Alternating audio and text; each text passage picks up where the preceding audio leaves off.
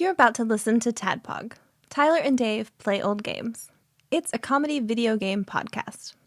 We would like to stress that the hosts are not experts and are really just very crass commentators. Seriously, this is an explicit podcast that happens to talk about video games sometimes. So please enjoy this pretty okay podcast with Tyler and Dave.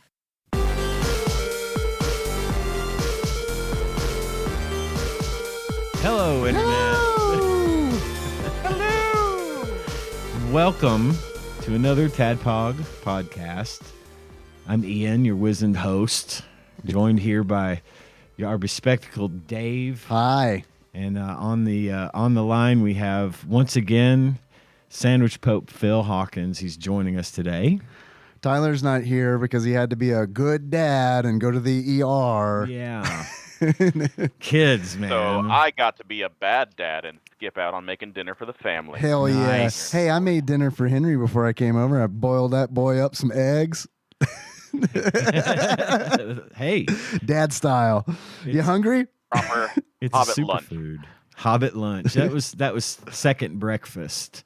Yeah. Or was it 11sies? Elevensies. That's elevensies. So speaking of all this Hobbit talk and elevensies and second breakfasts, today we're covering J.R.R. Tolkien's The Lord of the Rings Volume 1 for Super Nintendo. Yeah, which I think this game has, I think it holds the record for the most punctuation marks in a video game title. Possibly. Because there's a period between each of Tolkien's initials, and there's an apostrophe, yes, a colon, a colon, and then another colon. Mm-hmm.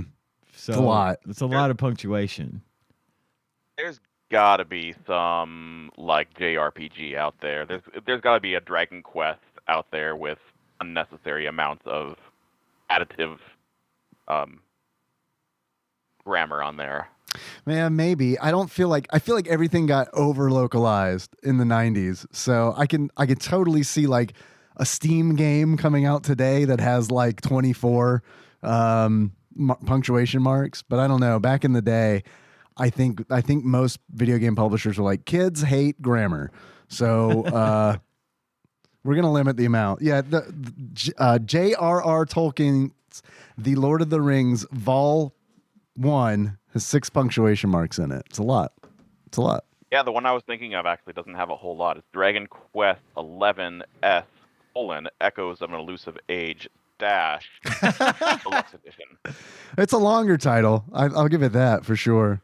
Yeah, Well, but efficient on the punctuation. so we are going to talk a lot more about this lovely game that has probably more punctuation than good content, if you don't mind a little spoiler here and there. You take that back. We're also going to talk about the movie, The Fellowship of the Ring, which I did watch. And the game is not based on. The game is not based on because it came out, 20 years before the movie was made or whatever. I don't remember how long it was. It's really, Shit, Go ahead, Phil. we didn't watch the Ralph Bakshi version. No, I haven't seen that one since I was a child and my math teacher was hungover and put it on VCR. Aragorn's tiny tunic. Yeah, I don't remember this. Look it up. It's like a John Stockton basketball short. They're just God. so small. Aragorn's Tiny Tunic is my Steam name. It's actually weird that you said that. Aragorn's Tiny Tunic is also my son's name. Wow. Aragorn's Tiny Tunic more. All right. Well, I typed Aragorn's Tiny Tunic in Google. It let me down. So I'll do Ralph Bakshi. That is a tiny tunic. This just in. Tiny Tunics rule the internet. Tiny Tunics, more at 11. More at 11. But before we talk about Tiny Tunics and subpar video games like we usually do, this week on Tiny Tunics, Tiny Tunic Adventures. Buster Bust Loose. Buster Bust Loose. Buster being Aragorn's penis. Right. Right. That's canon. It's written into the books. It's in the movies too. It's just the extended. Yeah. You have to buy the real. Extended They call it extended for a reason. in quotes. Mm-hmm. What have you been up to, Dave? Me, I've been up to playing some Diablo 4. New expansion recently came out, yeah? Yeah, didn't pay for that though. Okay. It's on sale on Battle.net right now. I saw that. But see, the problem with it is, not the problem. The good news of it is that I'm playing with Nikki, and that's the reason that I'm playing it. Oh, gotcha. Because we were playing Final Fantasy 14, and we got to a point where I was like, "Hey, I have played through this story already, and everything is gated behind the story, and I just kind of want to like do some dungeons and stuff instead of like going from point A to point B to point C to point D and watching cutscenes." So I was like, "Can we do something else?" And she's like, "Yep." And I was like, well, here are some options. And I gave her some options. And Diablo 4 was one of those. And she's like, yeah, that sounds good. I saw you playing some of that. Did you have to buy it again so she could play? I did. And it's because, and that's another reason why I didn't get the expansion. Because you had to buy it twice. Because I'd have to buy the expansion twice as well. Right. And the game itself is not discounted. Yeah, it was $50. I mean, that's expensive. That's expensive. Yeah, I realize it started it a lot more. And we even had the conversation. I was like, "Hey, look, this is $50. We've talked about Blizzard's launching a second World of Warcraft classic, like on Thursday. Yeah, apparently they're in that mood. Yeah, and it's like Warcraft's 30th anniversary. Yeah. So and I think World of Warcraft's 20th. I think. Don't quote me on that. But it's one of those where I was like, hey, look, I think I want to play. When I told her that I was kind of getting tired of like doing the MSQ again on Final Fantasy 14, she's like, do you want to play World of Warcraft? And I was like, I kind of do. But I want to wait until the new classic is out. And she's like, okay, well, we can do that. What do you want to do in the meantime? And then I was like, okay, well, here are some options. And she's like, yeah, Diablo 4. It's like, okay. I was like, it's going to be like $50 unless I tried to get it to work on Game Pass, but Game Pass is connected to my Battle.net it's all connected ID together. So I can confirm that you can't have one Overwatch. You can't have your Overwatch account logged in on your Xbox and your PC at the same time. It kicks one or the other out. I can also confirm, yeah, because she was setting Diablo up, and all of a sudden it just bloop. Yeah. She was gone. And she's like, "What happened?" And I was like, "I just logged in, so I guess we can't do. I guess we have to pay $50." Blizzard's gonna get their pound of flesh out of you one way or the other. Yeah. Yep. So we've been doing that. That's been fun. I started out as a rogue. She's playing as a sorceress. And boy, I switched to barbarian and I'm having so much more fun. Nice. Yeah. I only played that a little bit, but now that I've got my PC all set up, I think I own that. I'm going to probably jump in and play a little. Because I never really got into Diablo to begin with, but I did get Diablo 4 with the intention of sitting down and playing.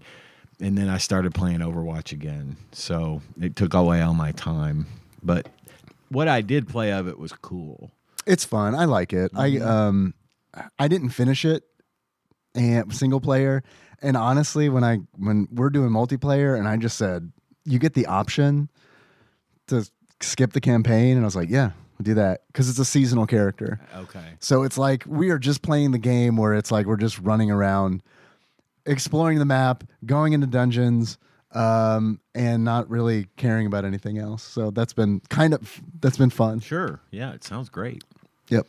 And then feels like one of those games for me. It's like watching an ex-wife have fun with their new husband. Like I really enjoyed 1 and 2, and then we just kind of like drifted apart at 3, and now I have no real desire to play 4, but I see how much people really enjoyed 3 and are enjoying 4, and it's just like I pine for those days when I had that relationship with Diablo, but at this point it's just we've gone our separate ways. I get it, man. I went back to Diablo 1 for Nikki was at work, and I was like, well, what am I going to do? I want to play Diablo 4, but she's at work, and I was like, I know. I love Diablo 1. And Dalton from the Steam Machine podcast, he had mentioned it to me like the previous night, so it just seemed like the perfect time to play it. And yeah, that's a great game. Diablo 1 is a fantastic game. It's not one that I think like a young modern gamer would enjoy because it's so much different than Diablo 4. Sure. Diablo 1 is very much like a isometric dungeon crawler. Yeah. Like it's slow. I remember you guys playing the shit out of that game. I love that at game. Apex. And that's then- how long ago that's been. It's been a very long time. Yes. And then Diablo 2, all of a sudden, I feel like Diablo 2 was like not that. Diablo 2 wasn't a dungeon crawler. Right. To me, Diablo 2 was like a isometric action game. Good. I mean, with like, you know, it was good. I liked it a lot. It just felt so different than Diablo 1. And then other than playing those games, I've been staying current with Dandadan. Same. I fucking love that anime. I love it too. And I don't know if you saw, I posted in the Discord. I did. That last episode got me. Yeah. I was crying. I was like tearing up at that one because it was the most unexpectedly sweet fucking thing I have ever seen, and it really, really hit me. And it didn't dawn. I'm not going to spoil anything for those that haven't watched it yet, but it didn't immediately dawn on me what they were doing, and I was like, "What the fuck is going on here?" And then it hit me, and I was like, "Oh God, no!" And then it just kept getting more and more emotional for me. So yeah, it's a really good show. It's a really good show. That's an exceptional episode. Yeah. I unfortunately didn't watch it vulnerable enough. Didn't get to it. Yeah. I knew it was going to happen because I didn't know exactly what was going to happen, but based on how it opened, with like the first person like panicked in the streets, I was like, okay, like brace yourself. Yeah, strap in because this is gonna be a rough one, and it was. Yeah, it got Nikki really, really bad. Another thing that helped me like keep my armor on was during a lot of those emotional parts. Henry is in the office with the door open, playing with like these annoying high-pitched tones. Oh God! So it's taking you right out of the moment. Yeah, immersion broken. But also, it's like, given the subject matter of that episode, it's like, don't maybe chill out and don't like tell him to stop. Right. Gave you a little bit of an anchor to the reality. Sure. Yeah. Just be thankful he's in there. That's about it, honestly. That's about it. Phil, you got anything to report this week? Update on my last appearance on here. I have since consummated my relationship with Shadowheart. We are Hell yeah. a fully physical couple. Nice. In all the terms, which I was really like. This is my first playthrough through Baldur's Gate 3. Okay. And I'm just enjoying all just the little details that are abundant throughout the game, and was happy with one of them, where I am in Act 3. I've reached the titular Baldur's Gate and have found the brothel where you can hire a pair of drow siblings to pleasure you. Hell yeah. Nice. Hell yeah. And you give you the option to do it by yourself or with your preferred partner that you are dating. And at that point, I had not actually consummated our relationship, and Shadowheart's response was that she would be open to the idea, but would prefer that if our first time she had me to herself. So, took a couple of long rests to make sure we got through that business, and then went back to the brothel, and we had a very delightful descriptive four-way event that was just a jewel to experience. How explicit is it?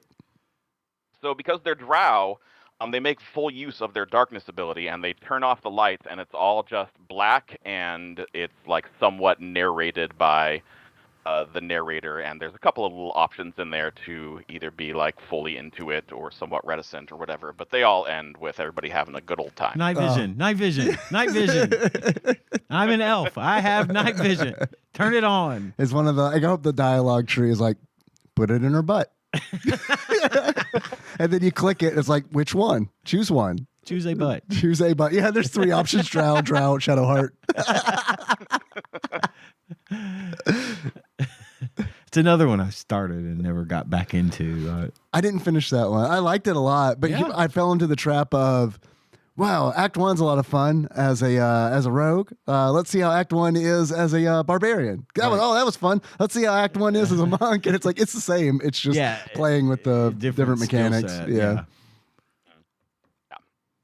Yeah, it's going to be hard because I want to go back and experience everything that I did not, and romance different partners and try different classes. But I've already spent probably close to 100 hours on this run that I'm not super eager to go back and do that all over again. So it's probably going to be more me getting onto YouTube and watching other people's playthroughs and fast tracking to dialogue options and kind of seeing some of those. Mm-hmm. Do the Cliff Notes version of it. I heard they nerfed some of the horniness in the game. I don't know if that's true or not. That's what I heard too, and let me tell you, it's still plenty horny. Okay. Good. It's interesting because I've been looking into this to make sure that I can follow the romance paths correctly, and while they shut off romance options if you commit towards one partner at the beginning, some of the other male characters in there, notably Halton and Gale, both make it very, very clear that they're interested in you and are somewhat shocked when I don't reciprocate back.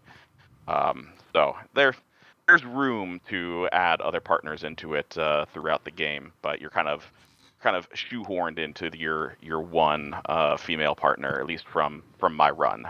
So no romancing Karlak or Lae'zel or Minthara, who's unfortunately dead in my run. But there's always other opportunities. I killed Minthara immediately because I was playing an assassin, and it was like, well, you're an enemy, and I can kill you, so we're gonna do that. Gale was like straight up in my playthrough, and probably everyone's. And I don't know, I played pre-romance, quote, romance nerf. Gale was straight up like, yo, you want to fuck, man? As a matter of fact. Came on real strong, like real fast. Not like super matter of fact, but very much like, oh, God, this wizard wants to fuck me bad. Yeah. Well, Phil had me at shoehorned. Choose a drow to shoehorn yourself into. Trust us, it'll be worth it. I've made that comparison to a couple of folks that this is just what every female service worker has to contend with if you're just giving basic human kindness to these people. Because I wasn't actively trying to have sex with Gale or Halton. I was just like choosing the friendly options in the dialogue tree of like, tell me about the weave, tell me about magic, tell me about nature, and they're like, so does this mean we're going somewhere or what? Like, I'm just showing interest. We're partnering in a work setting. We're trying to accomplish a group goal. You are essentially co-workers. But is there an HR button? Yeah, they didn't take the hint. They needed a little bit more firm hand saying, thank you. My eyes are up here as an option. Mm-hmm. Excuse me. My eyes are up here, Gale. I have my goth girlfriend over here, and we are quite content. Is there a big titty wizard mod for Baldur's Gate 3? Can you give Gale like a nice set of knockers? Oh, there's a big titty withers mod for Baldur's Gate 3. Yes. Yes. You can. Yeah, and there's fan art for it out there too. Look it up. It's great. Nice. Okay, great. I want to say that they pooled, like the Baldur's Gate 3 community pooled money to get the voice actor to do like some what's the shoot, I forget the service where you pay actors to read scripts for you. Cameo? It's essentially that, like Huh? Is it Cameo? Yeah, I think they did a cameo for him to to talk about his well-endowed chest. So definitely look that up. Hey, real quick, we're going to do a little bit of technical stuff. And Phil, if you get disconnected, I'll call you right back. Okie dokie. Are you still there? Oh, I'm so sorry. Wait, Phil. Hang in there. Are you still with me? I'm still here. Awesome.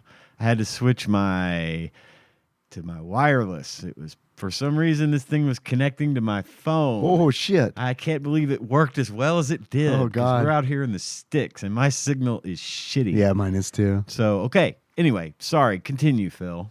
I'm not cutting any of that out. Yeah. I was worried, man. I did not. I Ian did made. not record on Audacity this time. So No, we're Yeah. good on the recording part. Shoot, that's what I was really worried about because Yeah. Ian made eye contact with me, and I knew something was not right, and I was like, "Fuck, man! I feel like the energy is real good. If we have to start over, I'm not gonna be able It's to not bring going to it." happen. No, we're good. We're good. I didn't want my phone to just suddenly decide, I don't think I want to work. Right. Now that we have internet out here, I had to fix it. Got to So, use it. Yeah. Go ahead. Sorry, Phil. to be fair, if we started over again, I would be one cinnamon liquor bottle down. So I'd be primed and ready to go for a second shoot. All right. It'd just be you and Ian. I'd walk the fuck out. Sorry, I quit. I can't deal with this. This isn't what professionals do. I'm a fucking professional. I mean, that's when I lose a save game, it's just like I can't play that for 6 days. Yeah. Oh, You dude, lose an hour of progress, and you're like, nope. I I walk away. I'm done. that hadn't happened to me for so long, and I lost an hour of progress in God, why am I blanking on the name of the game that I've been playing so fucking much? Disco Elysium. Oh yeah. I lost an hour in Disco Elysium, and it was like, because I thought it was going to auto save when I quit, and for whatever reason it did not. And I'm usually the guy who like manually saves like 4 times before I quit. And the one time I fucking trust a game, Right. I lose. And it's like, this is why I do This it. is why I do this. You made me this way. But fortunately, the way that game works is it's like I was able to make up an hour of progress in like literally 10 minutes. Nice. Because it's like, okay, walk here. And I'm not reading the dialogue this time because that game is like all dialogue. So it's just like, okay, click, click, click, click, click, click. Okay, walk over here. Click, click, click, You click. didn't have to think about Right. it. Yeah. Last time that happened to me was for one of our TADPOG Discord games of the month, where about a third of the way through Super Mario RPG, I turned it back on, and the saved game is erased and dead, and I'm Ugh. like, I'm done. Yeah. That was fun, but I'm not going to go back to this it's been several years now. Yeah. Yep. That sting, especially in retro games. Other than that, just preparing for Thanksgiving. I got the in-laws coming from Idaho to stay with us for a couple days, and we're going to host, actually, my parents are going to host both my family and my wife's parents, so Cool. it'll be interesting. Yeah, I'm ready for Thanksgiving. Honestly, I'm just ready for the time off work. Yeah, me too. And that's next week, so it's like, and I managed to score the day before Thanksgiving off. Nice. So I got Monday, Tuesday next week, Hell and yeah. then I'm off for the rest of the fucking week. Hell yeah. So That's yeah, really nice. I am too. I'm not as big into the food and the stuff as everybody else, but I do like the time off and just having nothing but shit I want to do. That's good. That's what I'm thankful for. Yes, me too. I got a bit of an unpopular opinion. I don't really like Thanksgiving food that much. Like, outside of kind of some of the traditional turkey ham roll kind of things, Yeah, the side dishes, I kind of give or take. Yeah, I'm with you, Phil. I could give it, I could take it or leave it. For me, I like it fine, but I don't like look forward to it because of the food. It's just for me. It's just I like holidays because I don't have to work. It comes with food, and I eat well, but that's I don't like care if it's there or not. I I like getting drunk and watching football at 11 a.m. on a Yes. Thursday. Yes. That's apparently what I enjoy about Thanksgiving. I haven't done that before. That does sound good. Got some good football. Can I drink this a year. glass of wine and watch the Lions at 11:15 a.m. and nobody's going to judge me? Correct. Yes, you can. And you can do that this year. The Lions are playing the Bears, as usual, on Thanksgiving. For those of you that don't know, Netflix is also hosting football for the first time ever on Christmas. My team, Pittsburgh, is playing. They've got a good track record of hosting live sports so far. So far, Right. so good, Netflix. Yep. That Did you guys watch the 99% show as well? One of my talking points tonight was going to be the Tyson Paul fight. That's on my notes that I left at home. I was going to talk about that too. We did watch it. The matches leading up to the Tyson fight were fucking great. Had a great time watching it. Of course, again, as it got closer to the main event, things started really, as everyone knows, because everyone I know watched this thing. Everyone I know at least knows how it went, And whether it they was- watched it or not. It was rough. They took down Netflix, which is hard to do. Because, like, I think Fine. I heard We've only something. been hosting live sporting events for 60 years, Right. And what, 60 billion people watching the finale of MASH or like Super Bowl III, but we can't have Tyson Paul for I don't know how many people were tuned into this, but It was Pretty- it was a lot. pretty epic fail on Netflix part. I'm glad they got it, it turned up and it started working fine towards the end. I mean, we watched once it got from my house, we got through the glitchiness stopped about halfway through the women's fight. And then it stayed pretty consistent. It would glitch for a sec, but it wouldn't go out for 10 minutes like it was doing. So I gave up during the women's fight. I was like, well, you know what? I'm just going to watch this later. I was like, I'm just going to let it sit for 2 hours. Then I'm going to come back and watch it. It's not like we were having a party or anything. yeah. So it's like, it sucks that I can't watch it live. I just didn't want to risk it on the big fight, you know, Sure. which turned out to be. Not much of a fight. Yeah. Yeah. And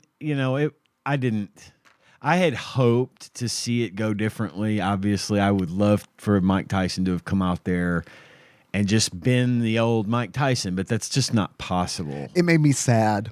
It was sad, but also in a way I was proud Yeah. to see I get him it. get out there and say, you know what? Because he had a lot of really seriously bad medical problems earlier this year. And it was, they had to postpone it because of this. And so Mike Tyson posted on his Twitter account, I'm not going to ever call it X, this is one of those situations when you lost but still won. I'm grateful for last night. No regrets to get in the ring one last time. I almost died in June. Had 8 blood transfusions. Lost half my blood and 25 pounds in the hospital and had to fight to get healthy to fight. So I won. To have my children see me stand toe-to-toe and finish 8 rounds with a talented fighter half my age in front of a packed Dallas Cowboy Stadium is an experience that no man has the right to ask for. Thank you. So I love that he posted that, and that's how I felt about it. I was glad to see him get up there and do it. I didn't have any real belief that he was going to win, even though it would have been cool. Oh, it would have been great. It would have been amazing because I'm not going to tell you I'm a huge fan of Jake Paul, but it would have been nice to see him win and to remind him who he was. But, it just wasn't in the cards, and that's okay because it was a fun time. We had a good time watching.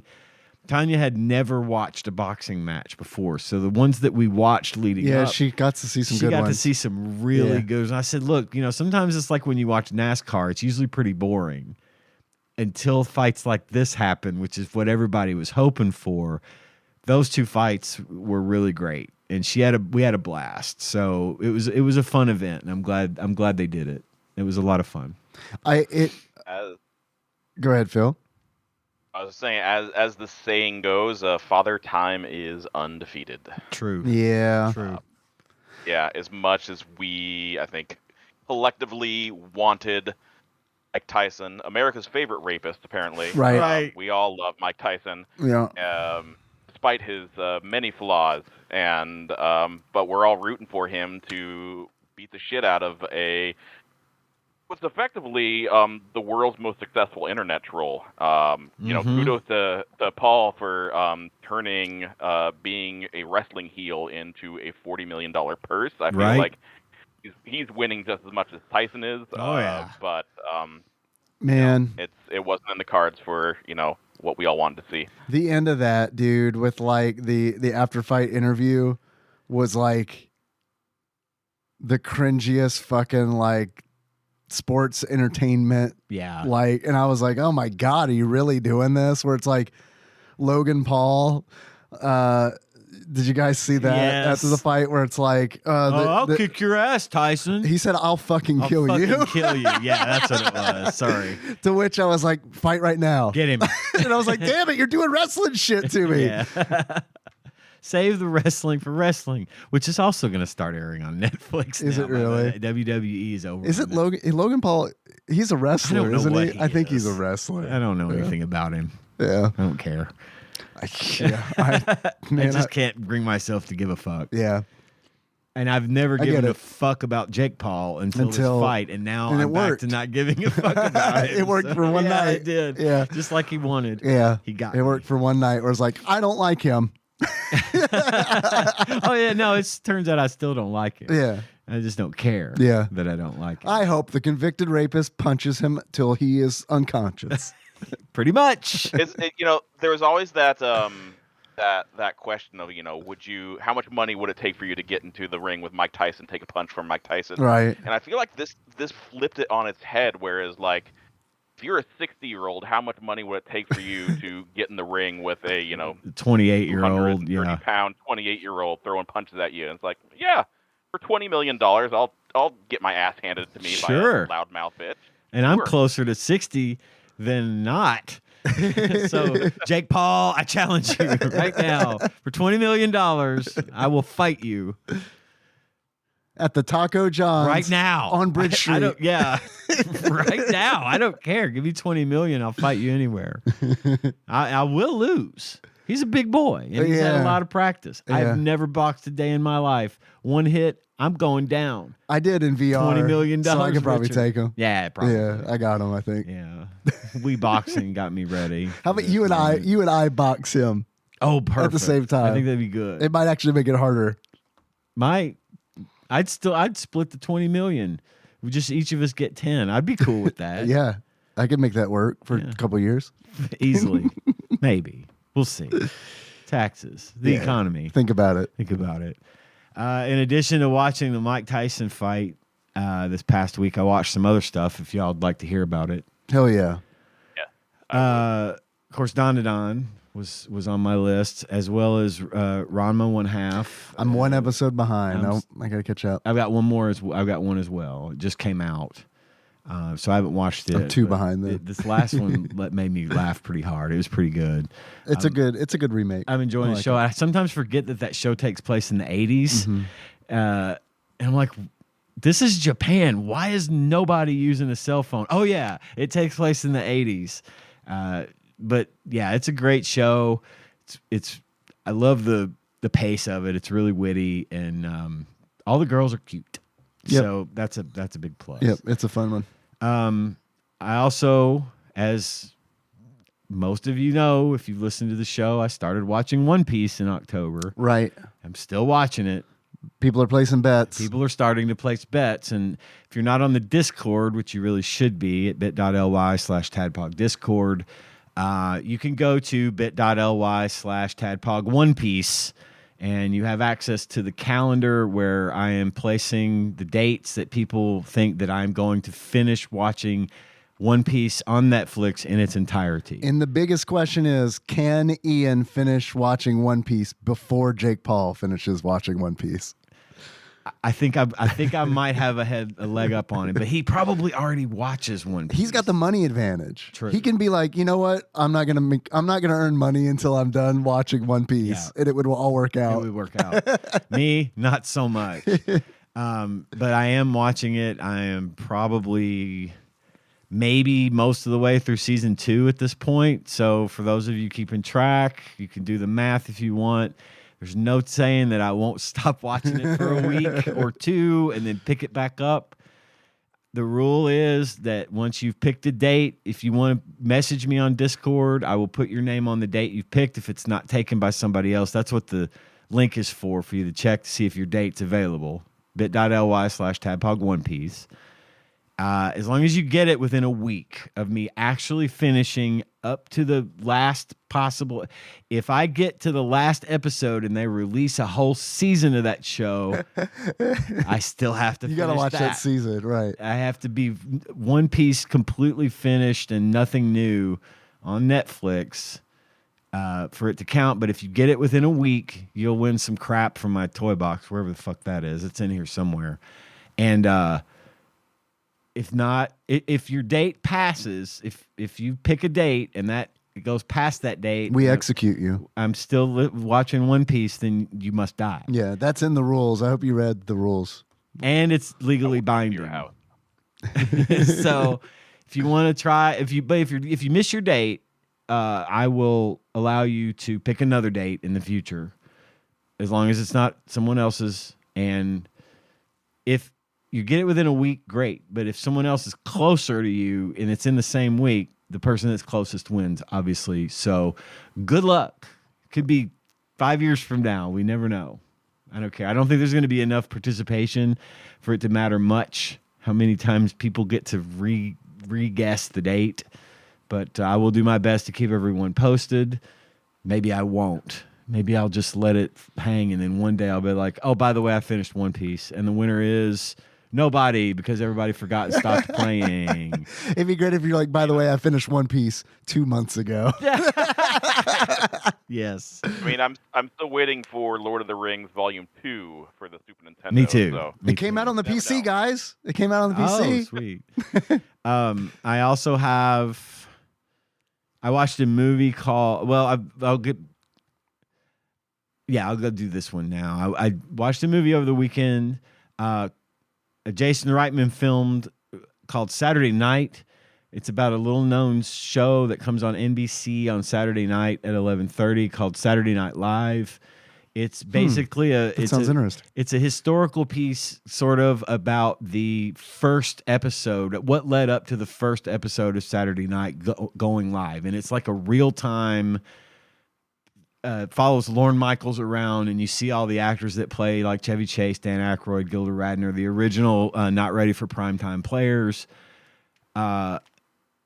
It's a good movie. I really enjoyed it. I think they did an excellent job of setting that, especially if you've ever watched old Saturday Night Live and liked it, or even if you didn't. It's a really good look into how fucking crazy it is that everyone thought. The thing that's cool about watching this movie is they constantly remind you, maybe a few too many times, that no one's ever going to let, the NBC's not ever going to let this show air. You're not going to get to week 2. I'm betting against you, blah, blah, blah, blah, blah. Yeah. And then, but watching the movie, that the show has been on for almost 50 years at this point without fail. Kind of like TADPOG. TADPOG's only been on the air just a little longer than Saturday Night Live. Yeah. But they're not doing any movies about us for some reason, which is weird. And much like Saturday Night Live, the worst episode of Tadpog had Steven Seagal on it. Exactly. But they do talk about like how what they were going to do and what they were doing on Saturday Night Live or Saturday nights at that time was they were showing reruns of Carson, and that was making them a lot of money. But That's hilarious to me. And they had the Carson tape for the episode they were going to run queued up, and it came down to seconds before they decided whether or not they were going to let it happen. And spoilers, they let it happen, and the show was a huge hit, and so on. And I was hoping you were going to say spoilers. They played Carson, and then next week Saturday Night Live started. Exactly. That'd be a great way to end the movie. It would be funny. That was an option on the table for them, actually. They considered like giving them another week to get their shit together because it was so frantic and things were crazy and not coming together, and things were breaking, and the lighting guy quit. I mean, it's just a lot of things that were really fun. The guy that they got, Matthew Reese, I think Matthew Reese is his name. He plays George Carlin, who was the first host. Yeah. You might know him from the show The Americans. He was in that. But anyway, great movie. I really enjoyed it. It was a fun time. Cool. It's about the length of an episode of Saturday Night Live. What is it it's called not too again? long. Saturday Night. Okay. Yep. I don't know how I Because the forgot show it. was just called Saturday Night. Uh-huh. And it just sort of, the live kind of got tacked on later. But pretty good movie. I liked it a lot. I recommend it. Cool. Jason Reitman is Ivan Reitman's son, who directed the Ghostbusters Afterlife movie. Right. And so good direction. It had that same kind of feel to it. I really dug it. Cool. 3.5 stars. Was in Sage says check it out. Let's see, what else have I got? Nothing much. If anyone wants to send me $900, I still have not managed to get my Xbox return to go through. What the fuck? No one will call me back. No one will answer my calls. And the only ones that will answer my calls is the bank financing the purchase, and they don't give a shit about it. They said, well, we don't know that you don't have it, so therefore we can't stop making you pay for it, and you need to work that out with where you bought it. I have been trying to get in touch with the company that received the package. The last place the thing was seen was a place in Louisville called Solutions, and the number 2, Go. Solutions to Go is where it went. It was signed for, and don't have any idea where it is now. Can they ask that guy? I have called I want them to. I've called the company and asked for some help, and they're like, let me connect you with the customer service lady. If she doesn't answer, leave her a message. She will definitely call you back. That was a month ago. I have called 3 times and left messages, and they are not returning my call, which means I'm going to keep calling, and hopefully I can get someone on the phone and say, hey, there's this guy. His name is Wally, strangely enough, that's signed for this package on this date. Is he a and moose? It might be. I want to know where that is. So if anyone listening to the show works for Solutions to Go, have your customer service department call me. They've got my number. I promise. You should take him to People's Court. Dun, dun, dun. Listen, have you ever listened to the People's Court theme? The full thing? It's called The Big One by Alan Tew. It's great. It's a fucking great song. It is a great song. It's a great song, guys. Listen to it. Some massive bongos like you never heard in your life. In The Big One. That song was the theme song for a British TV show in the 60s called The Hanged Man. Really? Yeah.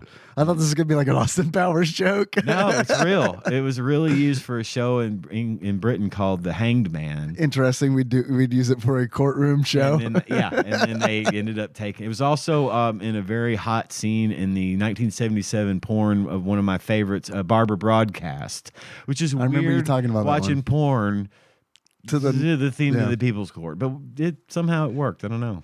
Go figure. I can see it working. It works. Check it out. Business A says check it out. It's really all I've got right now.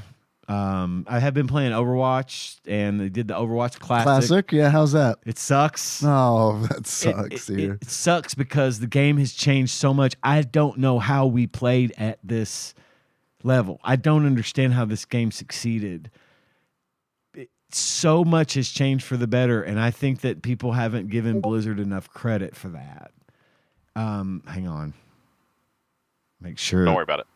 Okay. Oh. Thank you, Phil. I thought you got disconnected It's and a Barbara broadcast. I thought you got disconnected and were messaging. Oh, did me. Phil send a link to He Barbara did. Broadcast? He did. I'll put that on the Discord. All right. I'm going to be busy for the next, I don't know, hour or It's so. about an hour and a half. All right. I'll see you. I'll catch y'all Lots later. of hair. Lots of hair. All right. I'm back in the show. Yeah, that's cool. I like it. It depends. But anyway, I don't think Blizzard's gotten enough credit for the changes they've made, the quality of life improvements, and the reasons they've done what they've done until you go back and play the game in version 1. Yeah. And you realize, holy fuck, things were so different. And it's been fun playing it. I'm over it. right now, but they're going to go to the next version this coming week. Oh, that's fast. It would have been yesterday as of the airing of this episode. But it's been a lot of fun. I've been having a good time playing it. It's very nostalgic. They're playing the old theme when you sign back in, the old music. The purr, purr, purr, purr, purr, purr, purr. It's just really, it was neat to get in there and have that sort of immersion again, and that I haven't had since I played it from the beginning. Right. So they really got me in the feels with that, and it's been a lot of fun. But boy, oh boy, that game has changed, and it is so much harder to get used to. No limits. You can have as many tanks as you want or as many healers as you want. Usually it's all Winstons or all Roadhogs. And then people realize that doesn't work, and then they switch off, and then people start getting mad, like, play healer, and I'm like, fucking you play healer. I'm trying to get an achievement here. I'm playing 15 games as a defense character, I know, but that's been a lot of fun. And I recommend it. Anyone, Kaiser Ark, I'm sorry, I missed your message the other night. He messaged me, you playing? It was 3 a.m. before I saw it. I was like, no. So you were playing. I wasn't playing at that time, but You were up to something. I was Some Barber broadcast. I was drinking. I do that again now, by the way. But I was. So anyway, I've been playing a lot of that, having a lot of fun with that. And the new season comes in a few weeks. It's going to be probably the Christmas stuff. So anyone that's interested and wants to get in and fuck around in Overwatch with me, please feel free. I am Moss Bunny on Battle.net. And I have other shit, but I'll tell it next week. Okay. This is fine. I think I'm good on my things. So you guys, do you want to talk about Lord of the Rings? You want to talk about Fellowship of the Ring? Yes. The movie? Yes. Yeah, I didn't do a TADPOG totals this week because I tend to only do them for movies that I find just a little bit ridiculous. And I kind of don't find this movie a bit ridiculous. I really like this movie, Homie, and I don't want to make fun of it. I had not seen this movie since I saw it in the theater when it came out. Wow. Yep.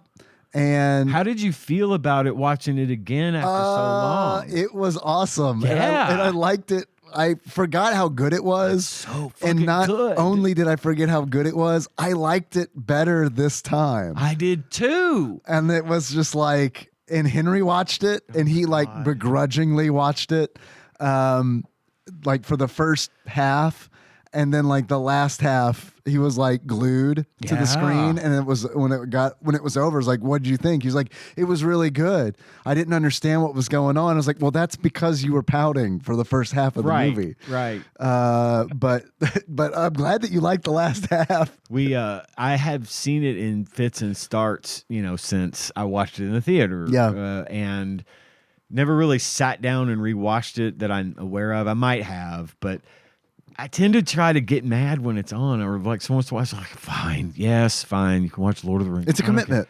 It is, Yeah. but then I think I sat down and watched it this time, and I did not watch the extended version. I went ahead and just watched the theatrical release. Yeah, same. And I had the same experience, Dave. I was like, begrudgingly at first, like, okay, yeah, there's Frodo. They're all smiling and being stupid, and oh shit, I remember this. This is good. Right? Oh yeah. Oh fuck, I forgot. Right. Oh yeah, dude. Yeah. I was, by the time it was over, I was like, I kind of want to watch.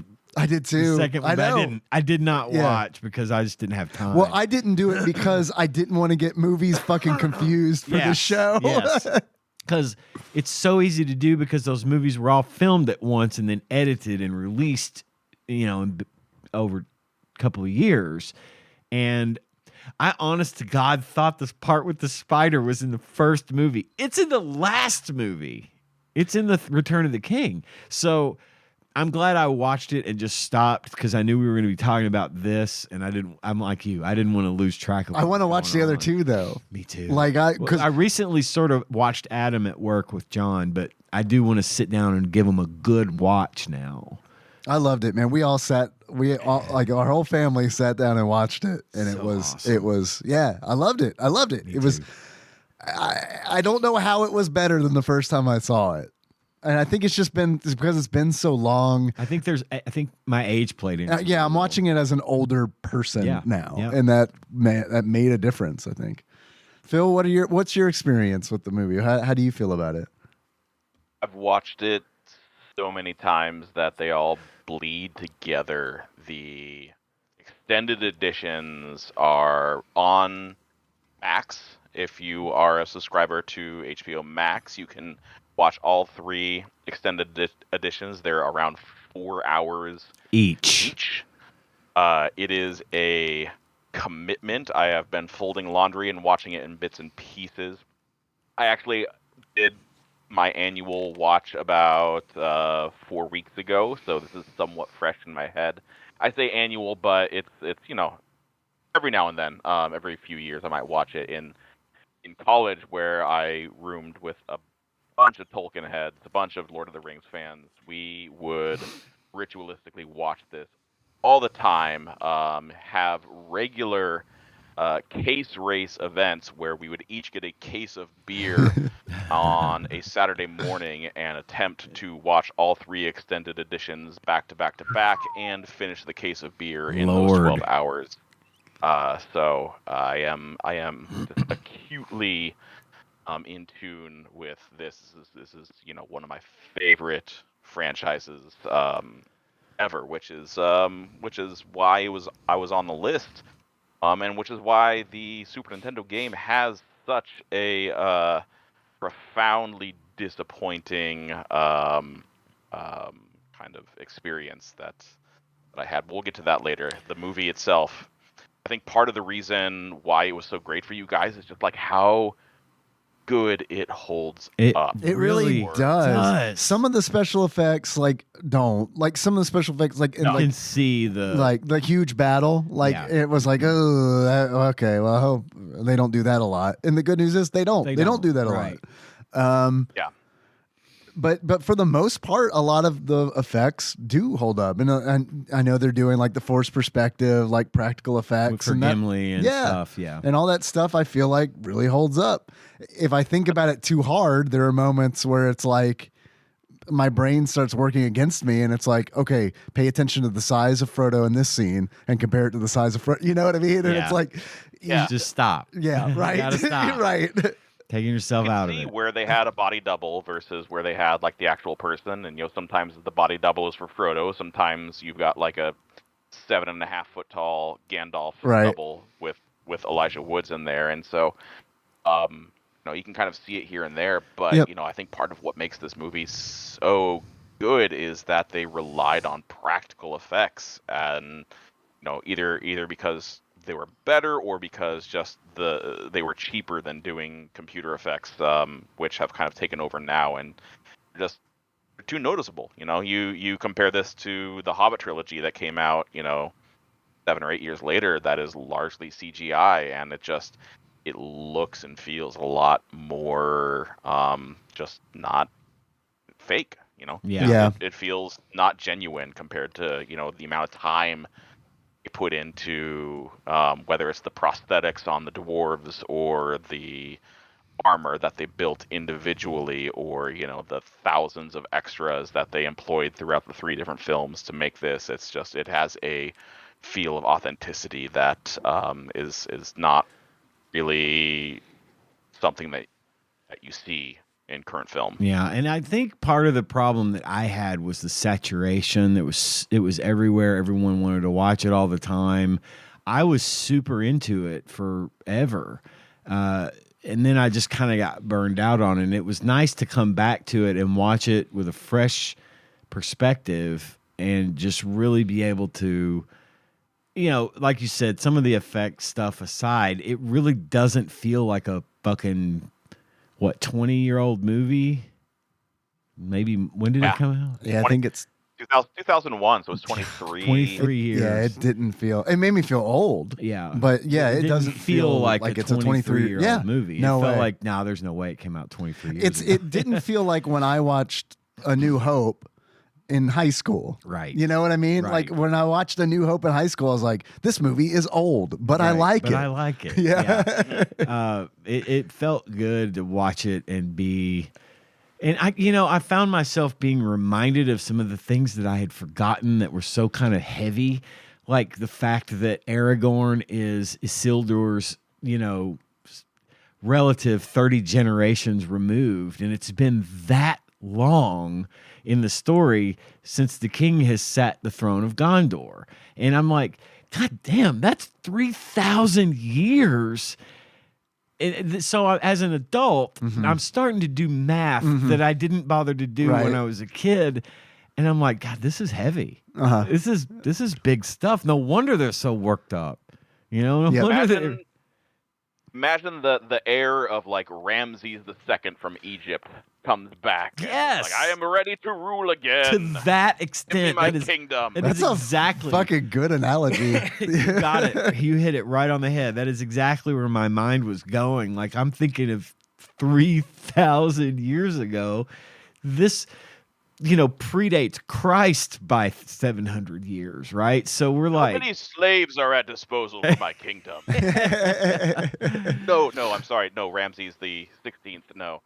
Yeah, sorry.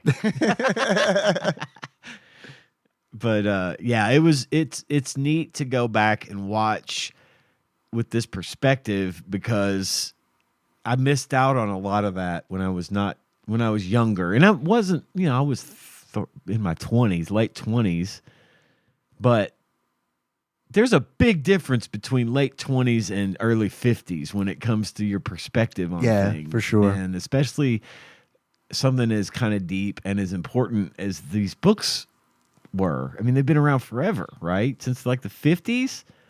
And he did a good job. Kind of set the standard. Kind of. I thought you were about Tolkien, but yeah, Tolkien, of course. I mean, he did. He set that standard for fantasy. I mean, RPG, everything is Dragons. fucking built around what he wrote, which is Really crazy when you think about it. It's like think about like if he hadn't written those, it's like how far. That's like another like 3,000 years, right? Condensed, but it's like, oh man, I wouldn't have been. Probably wouldn't have that hentai with the elf getting fucked by the orc with the big dick. I probably wouldn't have never seen that. Been able to jerk off to that. It never would have existed. It is crazy what a standard he set. And then I think, Peter Jackson comes along and sets the standard for how well a movie can represent a book. And I think they're long, but they needed to be. And, they're done right. They're done right, and it's really kind of an unbelievable achievement that I didn't appreciate then, but I do now, and I'm glad we did watch this one. Yeah, man. Yeah, it's it is impressive the amount of work that went into realizing this, like the amount of care and diligence that you don't see being used in adaptations of other written materials. Going to find the artists that have conceptualized the world of Tolkien, going to find scholars that are you're consulting on the material, finding like linguists that are familiar with Tolkien's very extensive made up languages. To like everything about this is just so authentically and diligently reproduced that it sets the standard for how to bring something like this to the screen. And even in that regard, from what I recall, the Tolkien estate wasn't exactly fond of this because it was very much a Hollywood version. There's love stories where there weren't love stories in the book. There's battles and epic fights and things that you have to make this digestible for a movie audience in a way that walking for 900 pages in a book is just not something that can be filmed.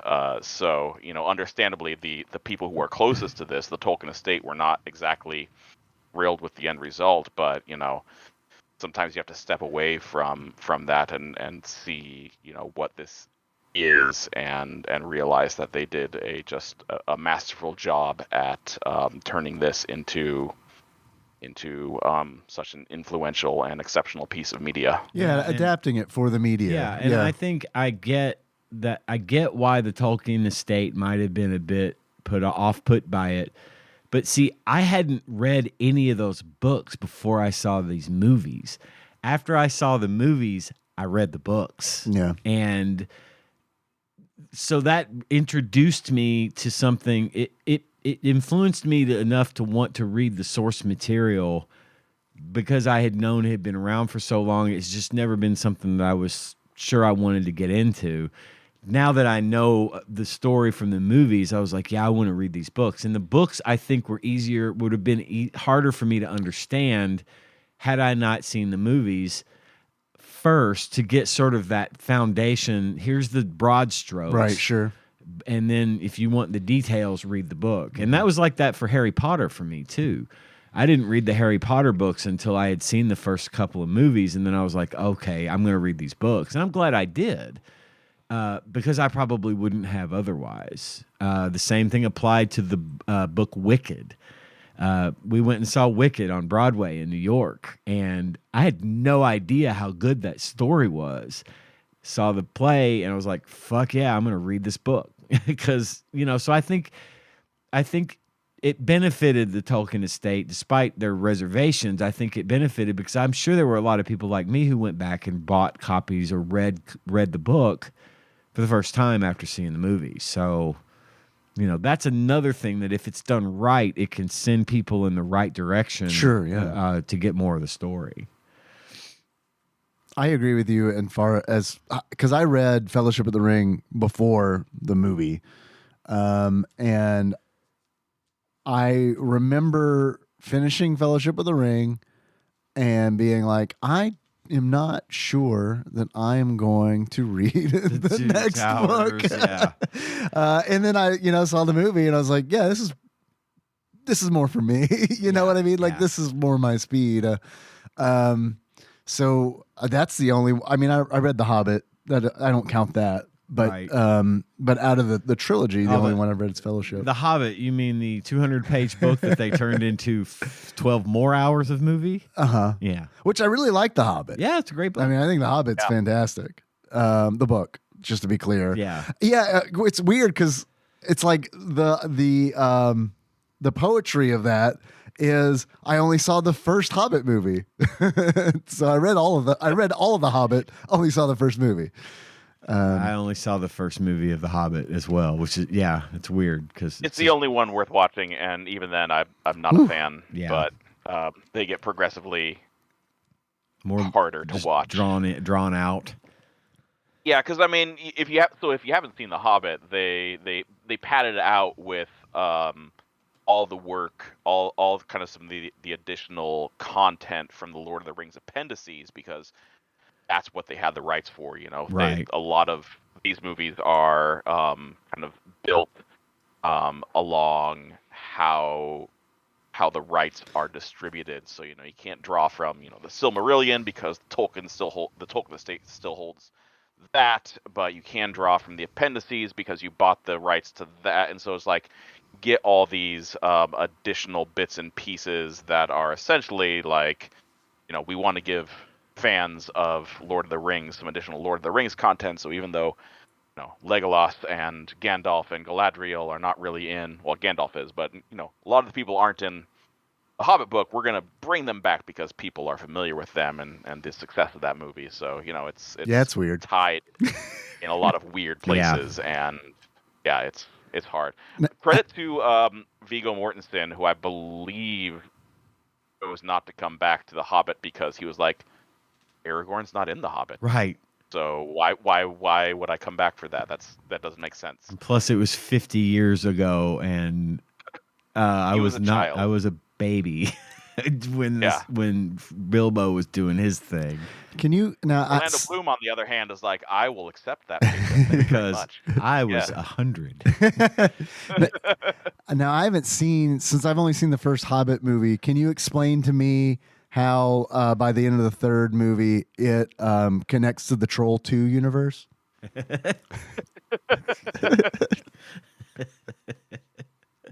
I'm sorry, I can't follow that up. That's too good. I don't know. My favorite part of the movie, of Fellowship of the Ring, is the scene with the two guys named Ian in it. Yeah, all right. Yeah. Gandalf and Bilbo. Uh-huh. Both Ian Holm and Right. Ian McKellen. Yeah. Like, there's two Ians on the screen What- right now. It what never happened. Movie did we just recently watch for the show that had Ian Ian Holm. yeah.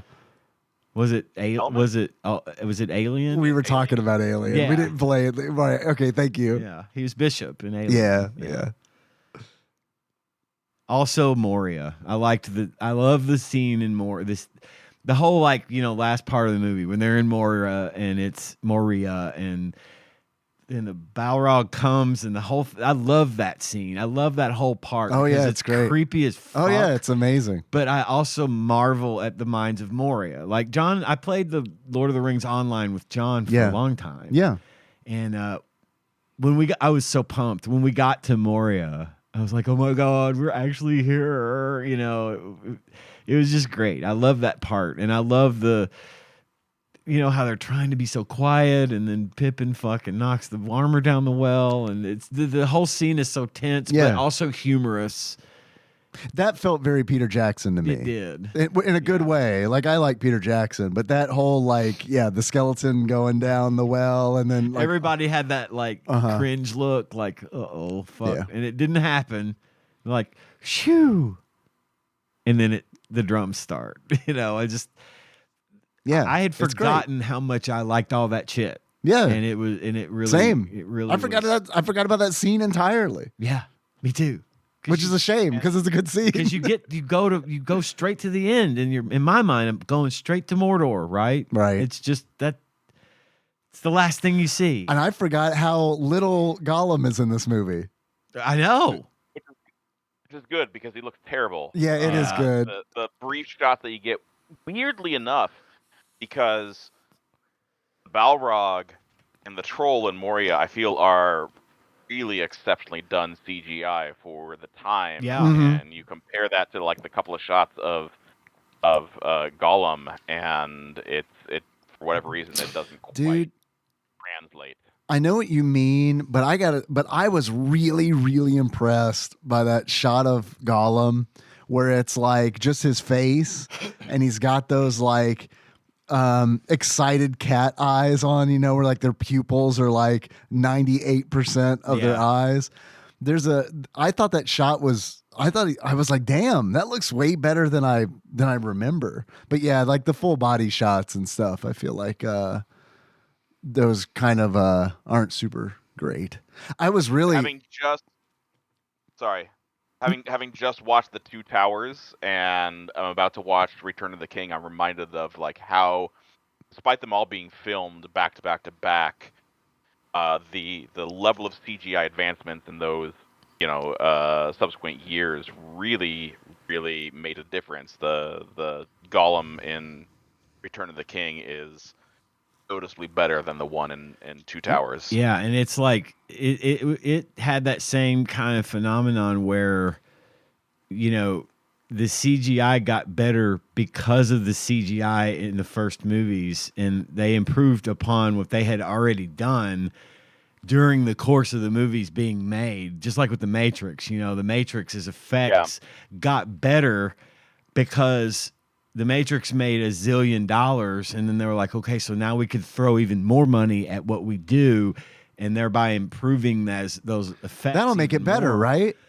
Yeah, they'll definitely be better. Everyone's gonna love these two movies after this Especially one. the third one. We'll release it a month after the second one. That'll get them. They'll love it. They It'll won't be begrudgingly timeless. go see the third one because they saw the second one, didn't love it, but they're like, fuck, I guess I'll see how this ends. Yeah. They won't do that. That won't happen. They'll go because they love it. Oh Keanu Jesus. Hashtag Keanu Jesus. I was so relieved that Gollum wasn't like in this movie prominently, because I was like, man, because Henry's watching this, he is gonna fucking like not buy in on Gollum. There's no way my son is gonna buy in, and he's gonna leave and he's gonna go play Minecraft, which looks so much better than Gollum. Sure. A video game where everything looks like it's made out of cereal boxes is more entertaining than this. But yeah, I was relieved. I was like, phew, all right, dodge that bullet. He's a bit much. I don't like. I know you're not supposed to. Gollum. Right. Gollum irritates the shit out of me. Sure, yeah. Like, I can't stand him. Like, I know the guy did a great. Andy Serkis. He did a great job. He always does. He's great at what he does. Almost too good, because I just really despise that little fuck. And I don't like it to the point where I don't like watching him on screen. Like, like it's funny because at one point in the movie, in the first movie, Frodo gets the idea that I've had all along is, why don't I just kill the fucker? And Gandalf's like, well, even some piece of shit like him can play a part in the big picture, so you might not rush to judgment and rush to sticking a sword through his head like we all want to do. But Gandalf, what about free will? So I get his purpose, and again, having seen all the movies several times, this and that several times, yeah, I know why. I know why he's there. Right. I sure. know what happens. Yep. It's good foreshadowing. It is, and it makes me go, "Oh, thank God!" at the very end, right? Or I should say, at the first ending to the third movie. There's 7 endings to that movie. Yeah. I told John, we were watching at it the other day, that up until Return of the King, the movie Maverick, starring Mel Gibson and Jodie Foster, held the record for the most false endings, because it never ends. It's like they'll end it, and we cut to another scene. Now they're in tubs. Now they're in tubs smoking cigars, and then they cut to another scene. I was like, Jesus Christ, I gotta pee, But Passion of the Christ. But then Return of the King happened, and that movie I think it's still going from the first time. I think it's still, endings are still happening. Procedurally generated endings. Yes. And they still cut out like a third of the ending of the actual book. Know? We didn't get any of the Scouring of the Shire. Nope. So That would have been great if we just had an extra 45 to 60 minutes of hobbits going back and waging guerrilla war in the Shire. yeah, People would have loved that. yeah, there definitely wouldn't have been anybody leaving early for that one. Could they have just played the last half of Return of the Jedi and no one would know the difference? Yeah. Funny, Gandalf wasn't all like high and mighty about people's place in the grand story when he killed that Balrog. Apparently, the Balrog didn't have a place No. in the ending that needed to be explored. He was like, "No, that bitch dies." Well, and I had forgotten that the movie leaves you guessing about Gandalf's fate. And I love that because it real worked. cliffhanger. It worked on Henry because when Gandalf falls, I was like, okay, just so he doesn't know, don't look at him, but make sure he knows I'm not. Don't let him know I'm looking at him. I look at him. I was like, yeah, he's worried about Gandalf. He has this guy has no idea. And what's funny is all it would take is for me to show the literal first 5 minutes of the next movie, and he'll know. Because the second movie opens with the battle with the Balrog. I forgot about that. And right? It's literally the first thing that happens. And but I'm not going to show him that because I want him to worry about Gandalf. I want him to know. An MCU post-credit, Gandalf will be back. There's not a whole lot more for me to say. I don't know about you guys. This is Lord of the Rings. Everybody's fucking seen it. I don't know anyone that hasn't seen Fellowship of the Ring. At least Fellowship of the Ring. So I can gush about it, but I've done that already. It's great. Yeah. I loved it. I'm really glad I had an excuse to actually sit down and watch it again. I was glad that I didn't feel the need to be ironic and make the Tadpog totals list. Like, I enjoyed it enough to not want to stop watching it to make notes. Yeah. Like that. Yeah. Because I don't want to make fun of it because it's not worthy of being made fun of at this point. Several awesome memes already came out of this movie. So I don't need to improve upon that. Yeah, more on that later. More on that I'm later. gonna get to that in a minute. Girl, same. Damn it! As I was doing them, I was like, "Fuck! Everyone's gonna do meme achievements, right?" We've been hosting this show a while together, Dave. Yeah. Yeah. All right. Okay. Well, Phil, did you have anything more you wanted to add about the movie? Since I know you're such a fan as well. I could talk for a while about this, but I think we're good. This was a movie. So I read the book in late elementary, early middle school, which would have put me around 94, 95. So about 4 years after that is when the news starts coming out about it being filmed, and so like this really dominated the final 2 years of my high school. It's just like trying to find more information on this and getting myself hyped up, and this is just one of the extremely rare circumstances where the hype and expectations like actually get realized. We've all had, regardless of who you are, we've all had situations where we're excited for something to come out and then the final product is disappointing on release. And this is, one of those rare occasions where it just from the moment of the opening credits to the end, it's just amazing from start to finish. And I think it's really cool for you that, you read the books at such a formative time and then had the benefit of the movie version, such an excellent movie version coming out relatively soon. It would have been like if they had made the actual 100% awesome Gunslinger movie right after I had read the books, They did. I don't understand. Yeah. Then I had to wait so long for the movie because it was so good. I got you now. I understand. I'm with you. I thought you were implying that the movie that we got wasn't good. So I think that's great that you got it when you did. For me, I never read them in high school, but I was into Eddings, David Eddings, the Malorian and the Belgariad books. That was my Lord of the Rings, but again, that wouldn't exist if it hadn't have been for Tolkien and his work and these books and everything he did. It's insane.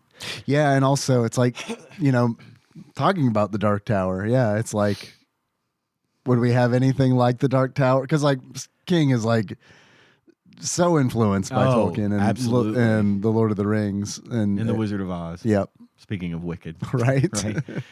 God damn! It's like you take these two things and it's just boom. It's Kevin Bacon, right? You could connect just about everything I'm into back to either the Wizard of Oz or the Lord of the Rings. Or Barbara Broadcast. Or Barbara. Naturally. A lot of it's Barbara Broadcast. I'm going to be honest with you. That changed my life in a good way. The best way. Dun. Dun, dun, dun, dun. Bam. Do you guys talk about the Bring game? the podcast down a bit.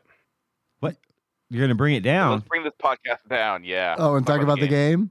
Do we have anything from Brad? We do. Thank you. You're welcome. Brad writes, "Hello, everyone. Hello, Brad. Hi, Brad. My wife, daughter, and I got the Lord of the Ring extended edition movies on Blu-ray and watched them over the summer. Hell yeah. My only other time seeing them was on a 24-inch CRT TV on a standard DVD in 2004. The way it was meant to be experienced. So that was a great experience. So he had only ever seen it in lo-fi CRT resolution, 480. Hey. Now he's watching it in Blu-ray, glorious 4K. If he has those editions, he needs to go back and watch every single version of that with the different cast commentary, because there's like 6 different cast commentaries. Wow. With the four hobbits, with the director, with like Aragorn. And wow. Good Lord. There's there are so many different versions of this that you can just watch and listen to the people talk about it. It's great. That's cool. That's great, but God, you could spend a month just going through that. I mean, if And I love a case that. of beer each time. Exactly. I Yeah. love that there's that much out I'm there. about to say, as like a college student, that does sound great. Because I mean, think of another franchise where you've got so much content to consume around that one thing. I mean, From the creator. from the creators right. of the content, right? Exactly. Anyway, Brad continues. Yes, the DVD player was built into the TV along with damn. a VCR. God, if somebody has money. Wasn't that sweet ass TV VCR DVD combo? Wasn't that sweet ass Apex DVD player? That's right, baby. The one, Man, I fucking love that the motherfucker. one that I played to copy Yeah, discs. where it's like, yo, I'll play anything you fucking throw at me. Region free, honey. Yep. Right out of the Like, box. you just burn that? It's fine. I love America. My now wife's college TV was the shit. What can I say? I have never played the game, but sometime prior to July 1994, Lawrence of Arcadia at GamePro did. That's a great name. Lord of the Rings by Lawrence of Arcadia. It is a good name. Tolkien's novels are probably responsible for more role-playing games than any other works of fantasy. His legendary account of hobbits led to such enduring RPG staples as healing spells, charisma levels, and more. It's a shame that this wealth of tradition has been wasted on such a bad game. Oh, shit. Shots fired. Next section titled Board of the Rings. Oh, if you don't know the story of the One Ring, don't bother unwrapping this RP cheese. But if you do know the story about Frodo's quest to destroy the Ring of Power, then you may want to take a look just for sentimental reasons. Beware, this cheese does not get any less smelly. You begin the quest playing Frodo. A second player can join as Sam after you've found him. You must first find characters to control them. They are not selectable. Plug in a multiple player adapter, and 5 players will control other characters. If you can find 5 people to play this. That might actually be easier, I think, than finding the characters in the game, like recruiting the characters. Exactly. You walk through all the lands of the first book on your way to Rivendell. Unfortunately, most areas are long, indistinguishable romps. You possess a dagger and an old cloak. You can upgrade that to different daggers. Hobbits can carry only daggers. Yeah, actually, you start with an old dagger. You start with an old dagger, and you can find leather armor. So that's canon accurate. Or armors. If you control Aragorn, you can find different swords, or if you're Gimli, the dwarf, different axes.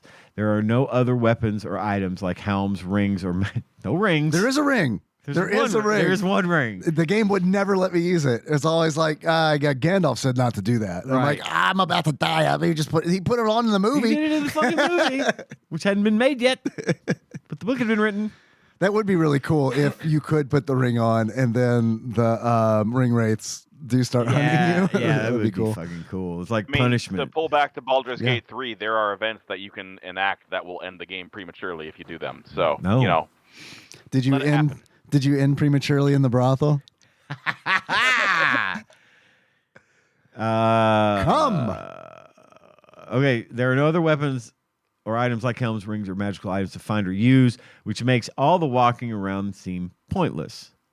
Just like in the books. Yeah. Bad. Faithful adaptation. Thank you very much.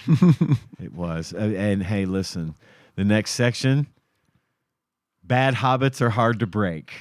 Oh, God, damn. this guy's good. That's a fucking achievement right there. Good. What the Should fuck, be. man? I told you I should start using the headers for these sections as my achievements. The graphics in this game are dismal. The sprites are minuscule, fuck off. even for hobbits. And tedious backgrounds blend into one another after a while. The enemies are so small, they seem comical. The sounds are just slightly better than the graphics. The caves have an eerie wind whistling through them, and the music, though on the cheerful carnival side, when you're outside, does change from scene to scene. The control in a one-player game is ridiculous. When you find another player, he aimlessly wanders off. He is also vulnerable to the dangers of the game, so while you're searching for items, he's turning into bones. He's the blue plate special for the forest wolves. Next section. Ring Key Dink. Motherfucker. He did it again. Lawrence of Arcadia did it again. One. Hardcore RPG players shouldn't touch this one with a 10-foot rune staff. There are no characteristics except hit points and experience levels. Forget luck, dexterity, or other RPG complexities. Lord is lean on challenge as well. Getting through the areas is no problem. Enemies fly at you from all sides, but plenty of mushrooms, healing, and moss are around to help you out. This game should crawl back into whatever hobbit hole it crawled out of. I have an idea. This is probably an off the mic kind of discussion, but I think it would be interesting to use the review that Brad sends in as a structure for conversation, where it's like you take, because like this during this review, there's so many things where it's like, oh yeah, I want to build on this. It's a good idea. You know, where he's talking about why we haven't done that before. Actually, that's kind of a great idea. Well, I mean, if start over. No, I don't. But see, the reason I'm thinking about it is it's like, well, fuck, it's because I left my notes at home. Oh, yeah. And it's like, well, fuck, I have things when he mentions the graphics, it's like, oh yeah, I kind of disagree with that. But also sometimes when I walk behind a tree, I'm actually in front of it. like on the fucking windy Shire, which I thought was cool because the trees are fucking blowing and it's like, that looks neat. And then I walk what is supposed to be behind a tree, but like my character is obviously, he's like on top of it. So like it looks like instead of going back behind the windy tree, he's like all of a sudden in the tree, like in the leaves. That wasn't good. So that was an example of bad graphics. Yeah, and like you mentioned earlier, the bats. Yeah, I can't see anything in the fucking cave because the cave's so dark. It's a cave. It's a cave, but also it's a video game, right? And I need to be able to see what I'm doing. And I disagree with the like. I didn't feel like this game was easy because it's like. No, I didn't either. I felt like, okay, so there are definitely caverns under the Shire that are mentioned in the books. That's like the main thing about the books, right? Is the caverns under the Shire. Because that's where I spent all my fucking time in this game because I couldn't find my way out. Nope. Even with a map. Which are in the instruction manual. Yep. And it's like, I fucking followed the map from point A to point B. And it's like, guess what? You just came out literally 20 steps down from where you entered on the overworld. And it's like, sweet, cool. So I guess I can go back down there. Fucking Pippin turned to bones. What? I can't go back down there. Pippin Bones. It's also another Steam name I've had. The graphics on this got a 2.5. That's middling, right? Sound got 3.0. Control 2.5 and fun factor 2.5. I'm surprised the control got 2.5. The controls in this game are really super bad. Yeah, they're bad. They're sloppy. They're hard to use. I gave up so quickly because the first wolf killed me. I couldn't get it in the right angle. I didn't know it. I don't know. Oh yeah, that's the fucking like the combat in the game. Okay, so it's like Interplay. That's who developed and published this. In 1994? Yes. 7 years before the movie. Right. But it's like they were like, well, let's make Zelda. Only Lord of the Rings. Only Lord of the Rings. And they're like, hey, that's a great idea. And they're like, the combat in Zelda is pretty good. And they're like, yeah, it is. And then it just kind of left it at that because it's like the fucking like hurt boxes on the wolves and like anything in the game. It's like you have to be in Zelda. It's like every enemy is assigned a block. Right. It's like it's a tile, and it's like as long as you hit that tile while the enemy's in that tile, unless there's a shield or something right? involved. Unless they complicate it, right? On purpose, right? You hit, right. That is not how this works. This is like fucking pixel perfect, where it's like, well, if a wolf's in front of you and you swing in front of you, I mean, you're not gonna fucking hit it. Right. Well, what do you mean? Well, you gotta wait till the long side of the wolf is, yeah, but the wolf doesn't run to my side. Yeah. Hey, remember what we said about Zelda? Yeah, that was cool, wasn't it? Anyway, we did it this way. Yeah, it was garbage. Yeah, not fun. The combat is not fun. And the bats, they're tiny. Yeah. So it's like, yeah, you have to be with your dagger, you have to be lined up perfectly to hit it. But it's like you're limited in how you can move. And it's also the controls are awkward and clumsy. So it's like, and also I'm playing as Frodo and Pippin's in the cave with me. And I'm like, oh, I got to get this bat, Pippin. And I can't move through him. He's Right. blocking me. And Yeah. it's like, well, fuck. And now the bat hits both of us. And now he we're turns to bones. Yeah. That's all he's good for. Is boning. Pippin's good at boning. I couldn't find a way to resurrect him, which makes, I guess that's lore accurate. Sure. But like, Dead is dead. Resurrection I don't mechanic in this game. I don't know. I like asked around the Shire and no one was like, yo, where's Pippin? he was with you and now he's not. And so it goes. Let's have second breakfast. Right. And the thing this Zelda with Lord of the Rings would have been great if they had stuck to that Just- kind of thing. Yeah, and reskinned it. reskin Zelda Sure. or make it and add a few little things here and there. You know, we don't need fucking 7 party members. I was watching the long play of this and I skipped forward to Moria and there's fucking 8 people on the screen. It's the fellowship. And The entire fellowship. it's the No, entire no fellowship. Boromir, right? Almost. Almost. And of course you fight the Balrog and beat him Hell yeah. and then leave Mora, Uh-huh. you know. And then they're like, then Aragorn is like, our quest was successful but full of sorrow. And then they start talking about Gandalf being gone, you know, and it's just like, okay, fine. If you want me to be able to have multiple party members, let's limit it to like 2 or 3 tops and just be able to select and put them in play. Being able to select a character would be so much better. And then like the way the fucking multi-tap works is whoever is connected to port 3 plays as Samwise. Right. It's like you don't select it. It's just like that's fucking It's crazy. assigned to a port. And that's dumb. This is absolutely possible. You need to fight over who plays as Gimli.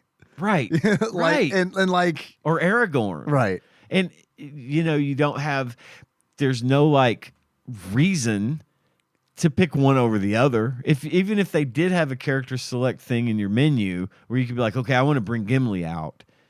It wouldn't matter if you brought Gimli or Legolas. My or wife Aragorn. loves it when I say that. Bringing Gimli out. Yeah. Yeah, me too. When you do it, it wouldn't matter because none of them have any special gifts or abilities. It's all just stab, stab, stab. Dude, I can't imagine playing this with the full fellowship because it's It would like be a nightmare. with everybody blocking each other. Yeah. Like it's like how do you like even and you can't even push through them. It's like they're blocking you. It's like a fucking NPC walking around in a JRPG Yeah. where it's like, can you please move? I need to go buy items.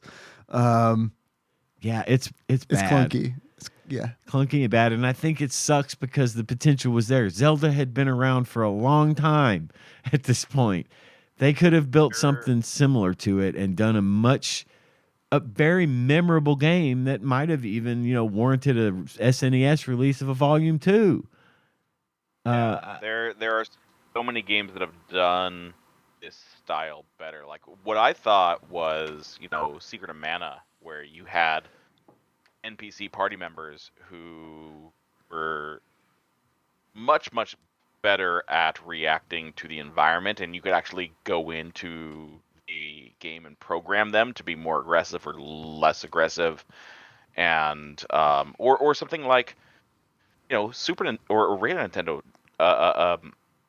you had 4 different party members that you could switch and choose between from, and just like these are what I feel like were basic mechanics at the time, Right. that were not implemented in this, where they desperately needed to, where you have 8 players that you should be able to switch between at ease. And it's just here we are. It's 1994.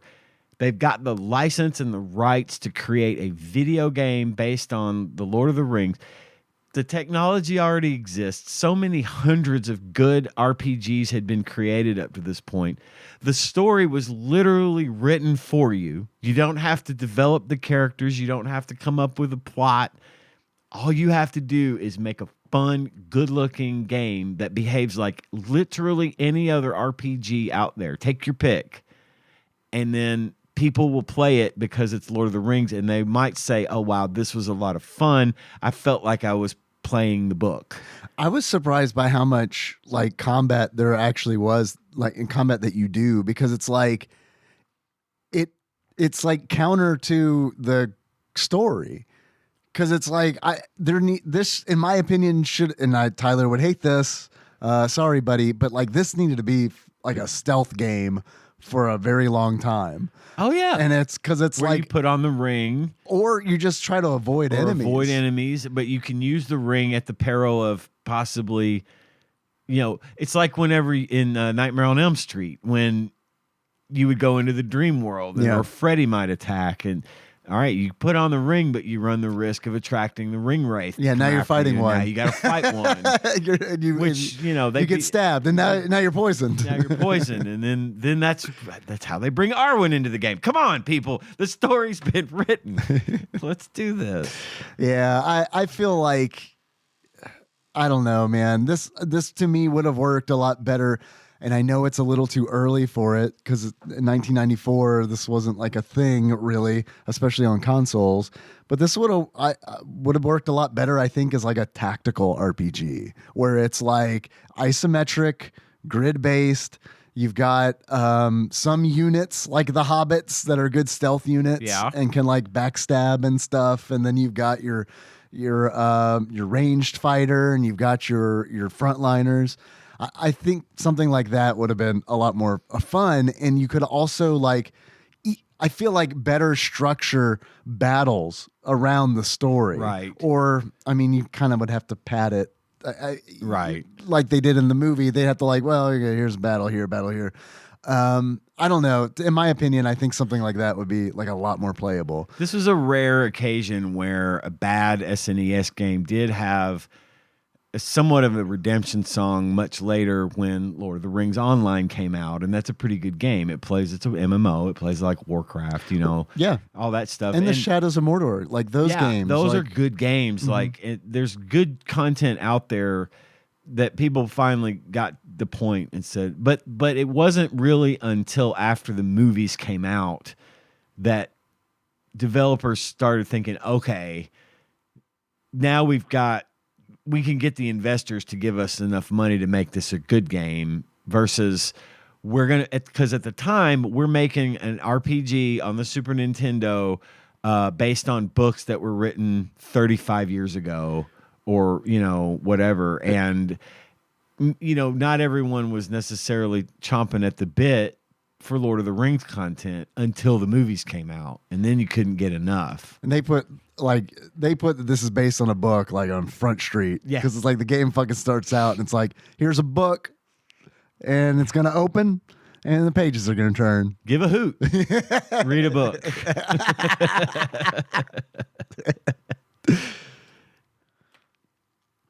What else do we got about this game? Anybody got any achievements? I've got a few. Working on them. Oh, I do too. You want to do dueling achievements? Yeah, let's do dueling achievements. All right. While you pull it up, I want to. We mentioned earlier this was developed and published by Interplay. They're known for games such as The Bard's Tale, Battle Chess. I love Battle Chess. Me too. Battle Chess is like a middle school typing classic. Truly, yeah. Yes. Yeah. Wasteland, Fallout, and Fallout 2. Okay, yeah. RoboCop versus the Terminator. Great. Booger Man, a pick and flick adventure. Oh my god. And Clay Fighter 2, Judgment Clay. Judgment Clay. Yeah, I started with the good stuff. Yeah. And then worked my way down. Descending order. Were they not involved with Baldur's Gate 1 and 2? So BioWare developed Baldur's Gate 1 and 2. They published it. Okay. Thank you. Mm-hmm. They've got like, if you go and look up Interplay on Wikipedia, there's like, I think 340 games. So like this is a very like Dave picked these games from the list. Yeah. All right, so here's the game for the achievements. Okay. Dave's going to start, and he's Okay. going to read his first achievement. And if I have the same achievement, Cross that if out. either one of us has the same achievement, we get to read those before he gets to continue reading his achievements. Okay. Okay. I only have 4. I have 5. And 2 of mine have to be read Oh, okay. in Just sequential order. Fuck it. Read your book. Read your achievement. No, this is better. Read your achievements like we always do. All right. First achievement. It's just usually that I start. Go for it. No, you go. I'm Tyler. You go. Okay. All right. First achievement. One does not simply walk out of the Shire.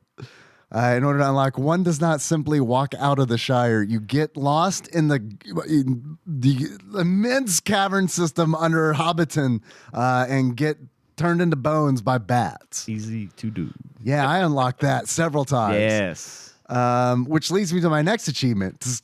To get back to where I was in the game, next achievement, I have no non-volatile random access memory of this place. In order to unlock, I have no non-volatile random access memory of this place. You continue your journey by entering your 42-character password into the password screen. Okay. God, I know. I have got a story about that because I discovered when I was playing this long ago that if you just randomly type things into the 42 characters, and it'll come up with password doesn't work, but then if you cycle through one character over and over again until you will find a password that is correct, and it will put you randomly into the game with a random assortment of items in a random place. That's awesome. And I would progress in the game by doing that, and I would be outside of Rivendell with 5 party members and a bunch of items, and I had no idea where the hell I was. It's like The Hangover. You're like, where the fuck are we're in Rivendell? How did we get to I got Rivendell? Legolas and Gimli. Sweet. And then Gimli would turn into a pile of bones. This game has some known glitches that very diligent patchers are working to fix. Like at one point, this was a year ago on Reddit, there was a thread about how certain codes that you get they're like the code that you get before you go into Moria doesn't work. And so apparently a lot of people were pissed because they would get their save game. The game gives you the password and the password doesn't work. And it didn't work. And so there's some very diligent patchers out there. And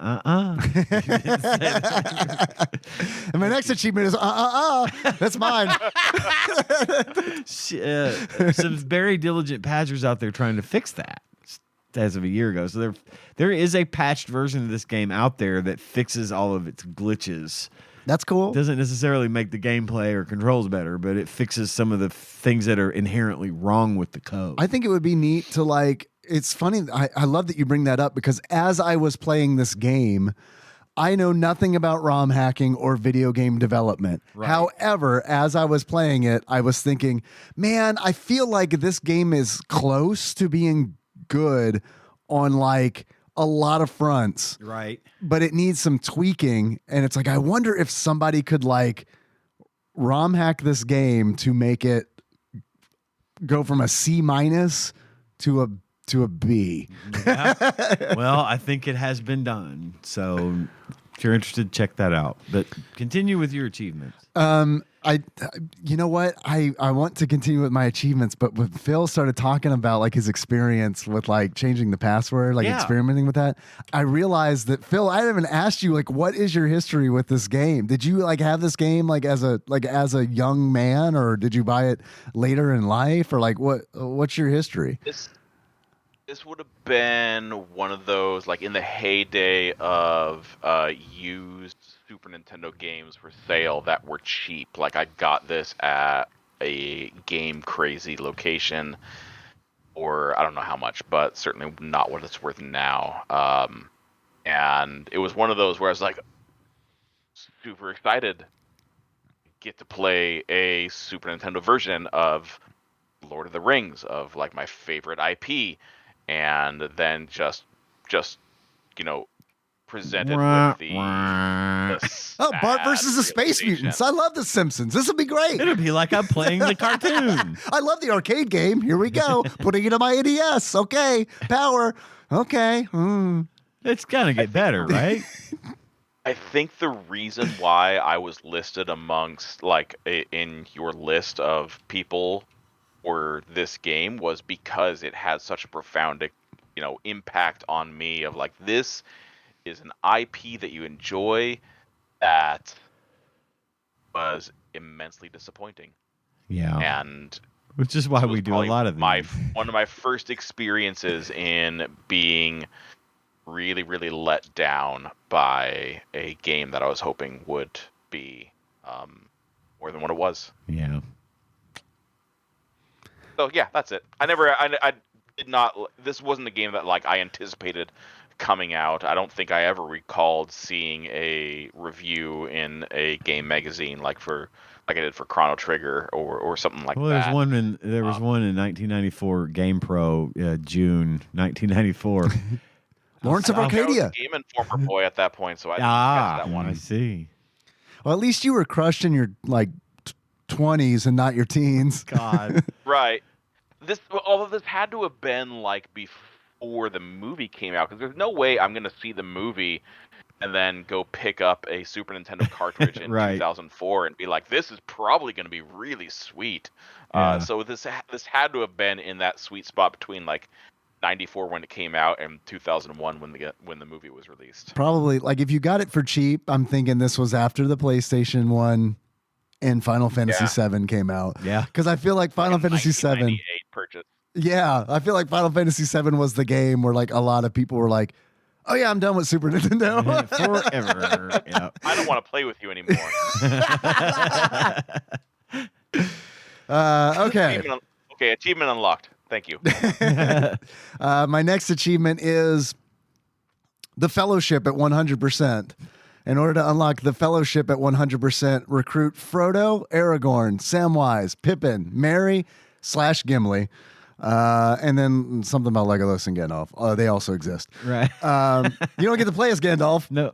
Nope. which is like, that's a shame. Wee. And then my next achievement is the Fellowship at 99%. In order to unlock the Fellowship at 99%, have only Aragorn and Samwise in your party. Hey, Tyler's here. Tyler, welcome back. Phil, we're hanging up. Tyler's back. Bye. See you, man. It's been fun. Planet needs me. I have to go now. Get in here.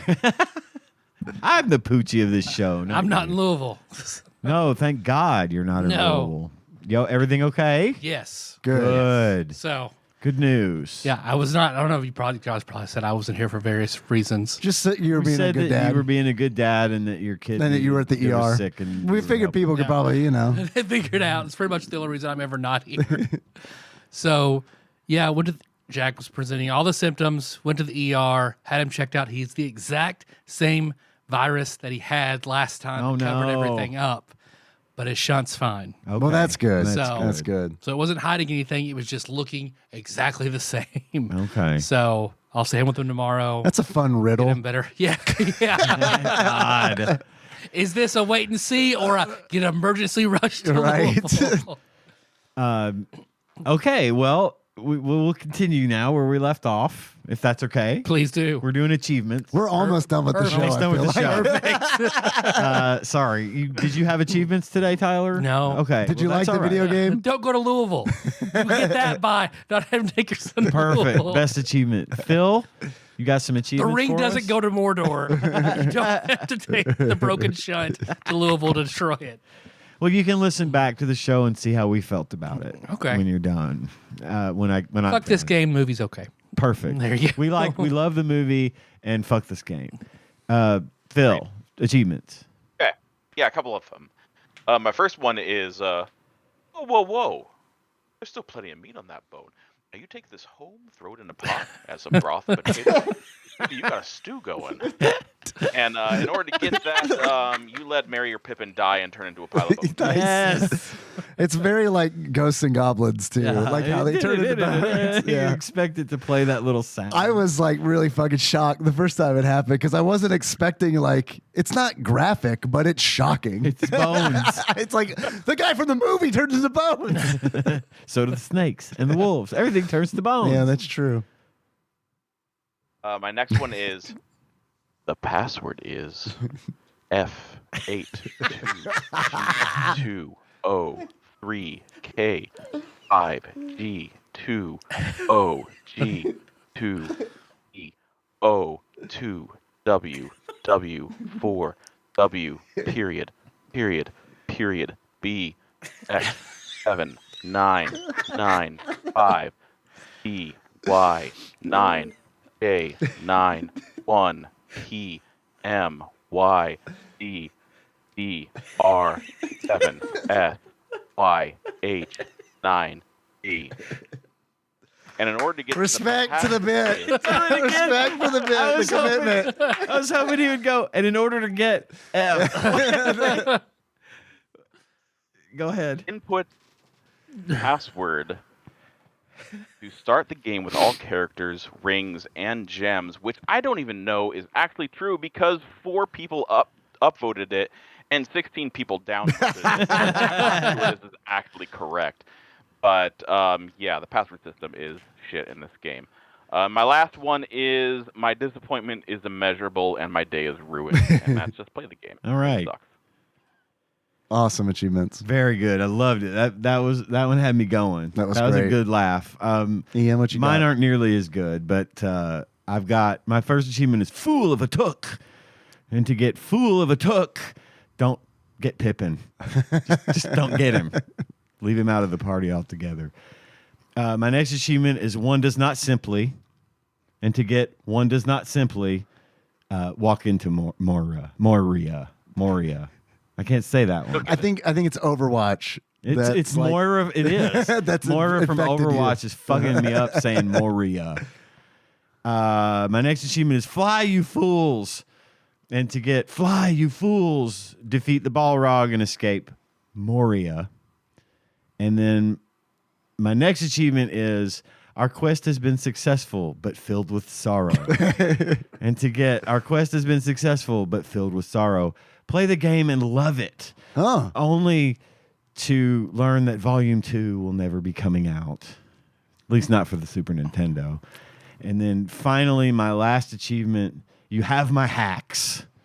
Nice. And to That's get a good one. You Have My Hacks, play the game with cheat codes. Nice. I got one more that I just came up with. Okay. So you have chosen death. In order to unlock that, you just buy it. You just buy the game. Buy the game. You turn it on, and it pops up immediately. Welcome. I was trying to find an achievement for Orc from Mork, but I couldn't do it. Oh shit! Are there eggs in the game? If you find an egg and a man in a spacesuit comes out of it, And that rainbow happens. suspenders. Yeah. Does anyone That's say like- nanu at some point in the game? No? No. Oh, well, I thought maybe Elvish. It would be an Elvish phrase. Nanu. What if you kill yourself in the game? That could do it. Yeah, that would do it. I've got another one. Multi-tap. Do a podcast on Lord of the Rings with 4 hosts. Hell yeah. Yeah. Just unlocked I it. tried to get John to come tonight so we would have had a full fellowship, but he couldn't make it. Bummer. Poor guy's heater went out in his house. He had to go. That's He not had to go good. meet the heater guy to fix his house heater. Sorry, John. Hope that went okay. Hell yeah. Me too. He doesn't know anything about Lord of the Rings anyway. No, he's not very educated on He the hasn't subject. played an at all. MMO for 30 years. Nah, So no.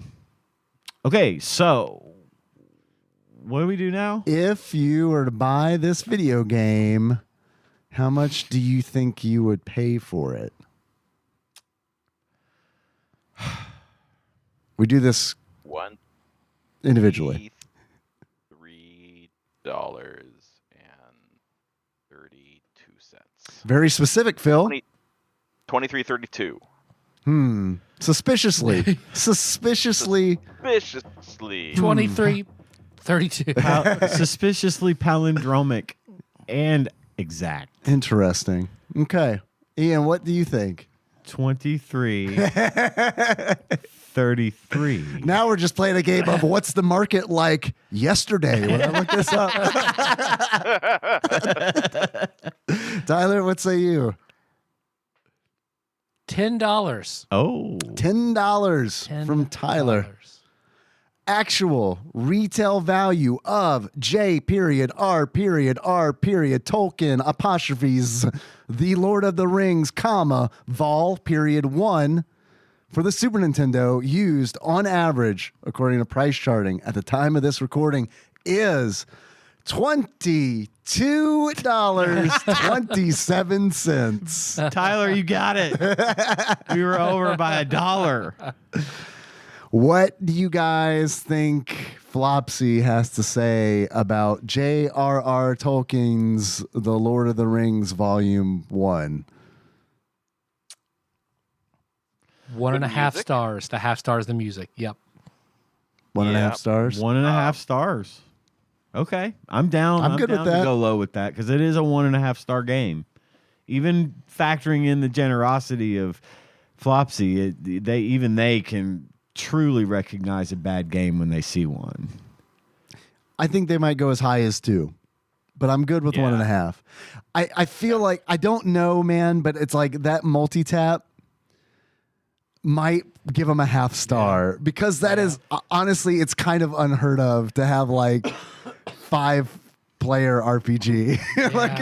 That's a fair point. It's fucking crazy. And I don't think that half star would come behind the 1. I think you're right. I think it'd be closer to 2.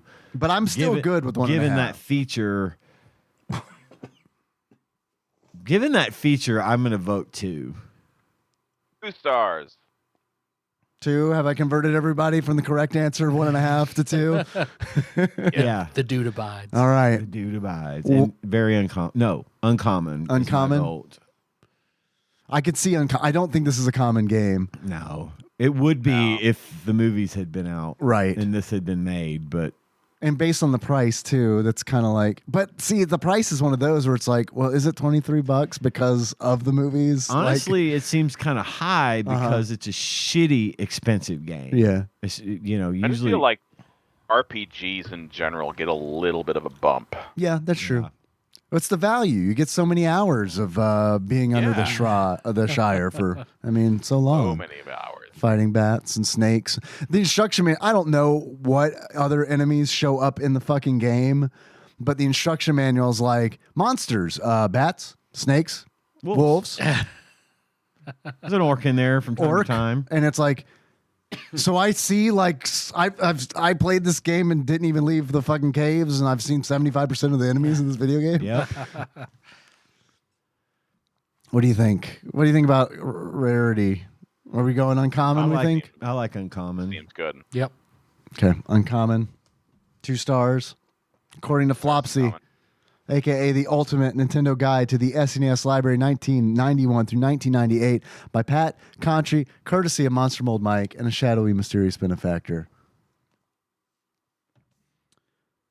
Looney Tunes B-Ball. Oh, no. Sorry. That's supposed to be pretty fun. The Lord of the Rings, comma, Vol. 1, parentheses, J.R.R. Tolkien's, parentheses. Parentheses, not a colon. Just in Flopsy. No, yeah. It is 2.5 stars. I disagree. Availability, common. It's common. It's common. And 2.5 stars. Well. Oh yeah, I'm glad I read this. I didn't try this, but this game is compatible with the SNES mouse. If you thought it was already too difficult to control, wait a minute and plug in your SNES mouse. God. This game sucks. What can we do? Give it all the functionality. Yeah. All of them. Every peripheral fucking works. Fuck. Well, Super Scope. Fucking throw the Super Scope on it. Oh shit, we gotta ship this game and it sucks. What do we do? Maybe a multi-tap? Great. What else is there? What else? A mouse? Yeah, fuck it. Yeah. Put in the Mouse will tap. Put them together. Put in the INI code for the make the mouse work code. Can we put a battery backup in it? Well, let's not go fucking crazy. How about a short password system? You're fucking fired. Yeah. This is Lord of the Rings. Nothing ever written about Lord of the Rings was short, including the passwords. All right. Gentlemen, are we done here? Tyler, Yes, Dave. if you were to give this game a beard, sums up how you feel about it, what kind of beard would it be? The only other beard that I recall on a pile of bones is in Home Alone 2, Lost in New York, when Marv gets electrocuted and for a split second you see a skeleton with a beard on it. Nice. I give it Marv's skeleton beard. I love Nice. that. Perfect. God, that's why you do this and not me. Tyler, Yes, Dave. if you were to give this game a pair of glasses that sums up how you feel about it, what kind of glasses would you give it and why? I would give it, since I finished this series last night, my favorite monocle, the Coke bottle monocle jammed into the penguin's eye socket. Yes. Glass. 2 of those just smashed into your face. Nice. Penguin season 1 is fucking phenomenal. Okay. Holy shit, I finished it last night. Holy fucking It's done? shit. Yep. Wow. There may be a season 2, but that's still like way down the road negotiations. But 1 is done, and singularly, it's fucking great. I'll put it How on my much- list immediately. How much did they pay him? Do you know? Has that information been? He executively produced it. So I imagine he paid himself paid a lot. himself a lot. yeah. Okay, cool. Man, he's Penguin's fucking evil, yes. Yeah. he's fucking evil as shit. You still sad when the penguins do the funeral march and bring him into It's way more water? sad and grisly realism. I don't know how they're going to do a season 2. Those fucking penguins with rockets strapped to their back. I saw them bring them into the water, into the city. What are we going to do? Let's wrap. We're going to do a game next time? We're going to know what Oh. we're going to do. Oh yeah. I guess we would. Beauty and the Beast. Yeah. Cool. Yep. Cool. Yep. We'll do Beauty and the Beast. Beauty and King the Dork. Thank you for being here in my stead, Phil. It's greatly appreciated. I am forever your replacement, Tyler. Well, I mean, to clarify, Ian was a replacement Tyler. I was, so you were just Phil, which is great. Love Phil. Well, thanks for filling in then. Hey, Oh, good filler. Less kill, more Phil. So next week, Beauty and the Beast. Mm-hmm. How do we close this show? hello, internet shit. Hello. Thanks for let's do listening, it again. everybody. Our theme song is about Seymour Traveling. That track, find the shows at TADPOG.com. So until next time, We talk about Patreon. there's Patreon. Patreon.com fucked up. /TADPOG. /TADPOG. Give Did us- you enjoy this? Did you? If you did, you have to give us $1. Buy us this game. Yeah. We only need $77. Well, I want to see how many copies we can get. Yeah, that's what I'm saying. You're right. We need to need at drive up least the 3. rarity. We need a lot more than 3. Let's be True. honest. Send them all. Phil, send us your copy. No. Send us some money. We'll buy them. Yeah, we'll buy. right. Trust Sorry, us. I knew that. We'll buy them. I knew that's what we I got were a talking source. We're about. good. We're good. Don't waste your money. It's going to be much more expensive if you buy them. We can I buy know them a in guy. bulk. I know a guy. I got a guy. He has a truck. We Yeah. buy him in bulk. It's Yep. fine. Just send the money Mm-hmm. for us. Only singularly one purpose is to buy Lord of the Rings cartridges. We promise. That's our story. This is a TADPOG guarantee. Yeah. You can stamp a guarantee right on that box. Mm-hmm. If you wanna- Only box copies. and to give us the money, go to patreon.com/TADPOG, and you could be given. You will be given access to our bonus content, which Right. is wide and varied content over the years. But we're done doing it, just so you know. We're never doing Just want to it be anymore. straightforward with you. We're done with that. Still a value at $1, but we're never doing Patreon again. Right. Because every time we do, donations drop off. We're not going to do it. Actually, we're going to wait. We're going to wait until you decide to cancel, and then we're going to do it. It's going to be a big hassle because you'll be like, oh, shit. They're talking about. all the things I wanted him to talk about, so I guess I'll re-up. And then we're gonna fucking move the goalposts and be like, you know what? Now you got to pay $5 to get in here. Yeah. So we do have a list of folks that donate $20 or more per month to the show. This is our list of executive producers, and as a little bit of a treat, every single week I like to read these names out loud so these people feel special. Mm-hmm. Because they are special. We want to make sure they know how special they are. I'm going to read that list right now, starting with Cubicle Monkey, Gamebug Prime, Nathan Eaton, Matt Gentile, a.k.a. Gentle G, Pinball Airplane Archmage Chris Edler, sorry you couldn't be on this episode, Derek Pope Sandwich, comes on his wife Jeff Miners, congratulations on your marriage. Do you mean Burger Bottom? Burger Bottom Jeff Miners, congratulations on your marriage. Yeah. Drinksmith Joey Webster, co-host Avant-Garde Sandwich Pope Phil Hawkins, thanks again for joining us tonight. Yes, thank you, Phil. He pays us to be here. Louisville correspondent Princess Consuela Banana Hammock, Flavor Trick, Taryn Dahl, Canadian Turbo Nerd Thomas, and Treff Dietrich. And as always, thank you to Brad from Arizona for writing us a nice email and providing the GamePro article, which, Tyler, by the way, we've decided that if Brad sends the email with the GamePro, we're going to start using that as kind of a template for how we talk about the game. Okay. We'll interrupt the review with our opinions on the structure the reviewer's already set up for us. We're going to get a conch shell. Love it. And pass it around. If you have the conch, you can interrupt. No, that's not. I always have the conch. You always have the conch. That's my secret. We all always have the My conch. ADHD always has the conch. So that's it. Business concluded. Hands wiped. That looks like fun. I'm going to do it too. Clean. How do you guys want to close it out tonight? As our favorite member of the Fellowship of the Ring. Okay. So until next time. Tropical Capricorn. Are we all Gimli? You're all Gimli. Hell yeah. Phil, I didn't hear yours. Was yours Gimli as well? I was Bilbo being tempted by the ring. Boo this man! He's not a member of the Fellowship. Boo this man! Boo! All right. I guess that's it. Yeah. Next week, Beauty and the Beast. Hell yeah. Thanks, you guys. The end of that chapter. Bye, everybody. Good to hear your voice, Tyler. Welcome back. Thank you. Thank you.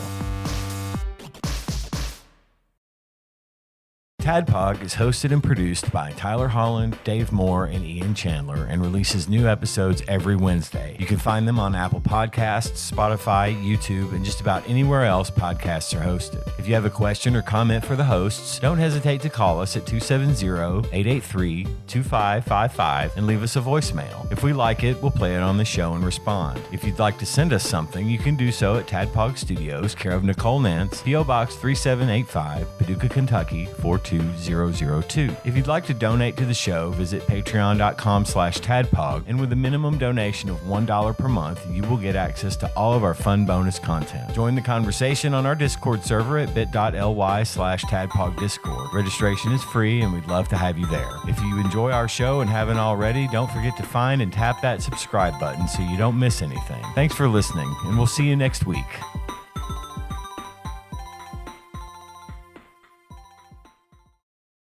But don't.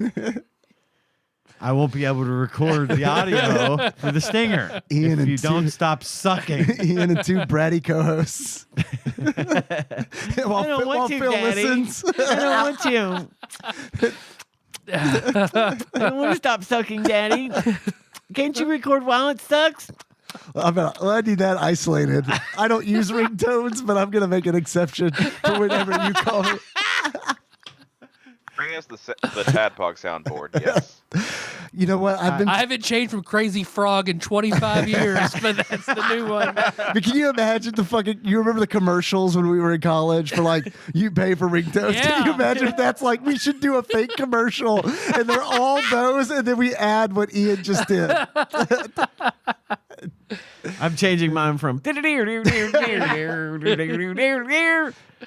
the hamster one. What was that called? Hamster Dance. Thank you. Change it to, yeah, Daddy. Yeah, Daddy. I don't want to stop fucking. The name of this ringtone's Funny Baby. I don't need, like, early 2000s doesn't know how to handle that ringtone. It breaks post Hungry baby. Yeah. It's like, look, man, we just saw the Paris Hilton sex tape. That's like as far as we go. We don't know. We don't know what you motherfuckers are up to 24 years from now. Phil just sent me. And You're fucking your cousins who are stuck in washing machines. What is wrong with you? The future is dark, so dark. I'm killing myself now. Phil just sent me Crazy Frog original ringtone version 1 Jamster advert.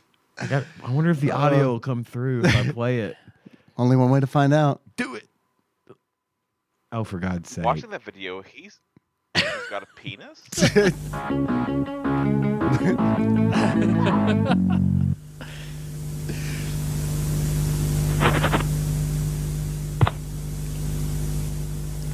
Ding ding ding ding ding ding ding ding. Hell yes. Hell yeah. I'm I'm gonna put this on my phone. Just £3, you can choose up to 5 ringtones a week from just £15 at home. 13 for the mono, Frog 14 for the poly, or Frog 15 for that crazy real sound to 88888. All right. All right. It came hell through. yeah. It was. worked I'm sorry. I will perfectly. try to audio adjust that and post. Fuck it, it's a stinger. We don't do shit, The man. beginning, no, it's gonna blow people's fucking speakers out if I don't mute that a little High bit. school He's been around for Josh's this long. high school Josh Dance's screensaver the entire time I knew him was the dancing baby in his family computer. Like, I bet it still is if I were to go to Rod and Renee's house right now. What were you gonna tell us about? All this is going in the stinger, but as soon as you pull up to the hospital, Jack knows what it is. He gets upset. He's like, "Fuck this place again." So he grin and bears all the procedures. He cries, but he gets his blood drawn, does everything he has to do. He gets back to the CT. He of course doesn't want to do it, but I put him in the machine. He doesn't really fuss, but he's crying, and they're trying to get his head stable, and they start lowering him back in there. Just get a few pictures. You're doing good. As soon as we say pictures, he's looking. He's crying. And he just, my like he's stressed out. And he's crying. oh, but that he hears breaks pictures. my fucking heart. Oh my God! You're doing good, Jack. Jeez. What a good boy. He says cheese for like 4 minutes straight until we pull him back out of the machine. It's like, good job, buddy. Oh boy. That kept him centered, saying Hey. cheese. Good boy, Jack. He's a good boy. I'm so sorry. You're so How old tough, is Jack? buddy. How old is Jack? Yeah. He's 5. Okay. It's a lot for a Yeah. I don't- 5-year-old. Turned I 5 don't- in January. See pictures, so I am like completely unfamiliar with the general scope of where he is at in his life. So He looks to be a regular. Well, he's a little smaller. A little smaller. You'd probably think he was like 3, but he's 5. Yeah, but he's getting there. He's catching up bit by bit. He's a sweetie. He's a Yep. good kid. Yep. Love that boy. Real good boy. I'm glad he's doing better. I'm sorry that he's sick, Yeah. but I'm, I'm glad it it's- wasn't the I'm show. glad it wasn't Yeah, like no. the show. Oh my God. Yeah. All right. See y'all next week.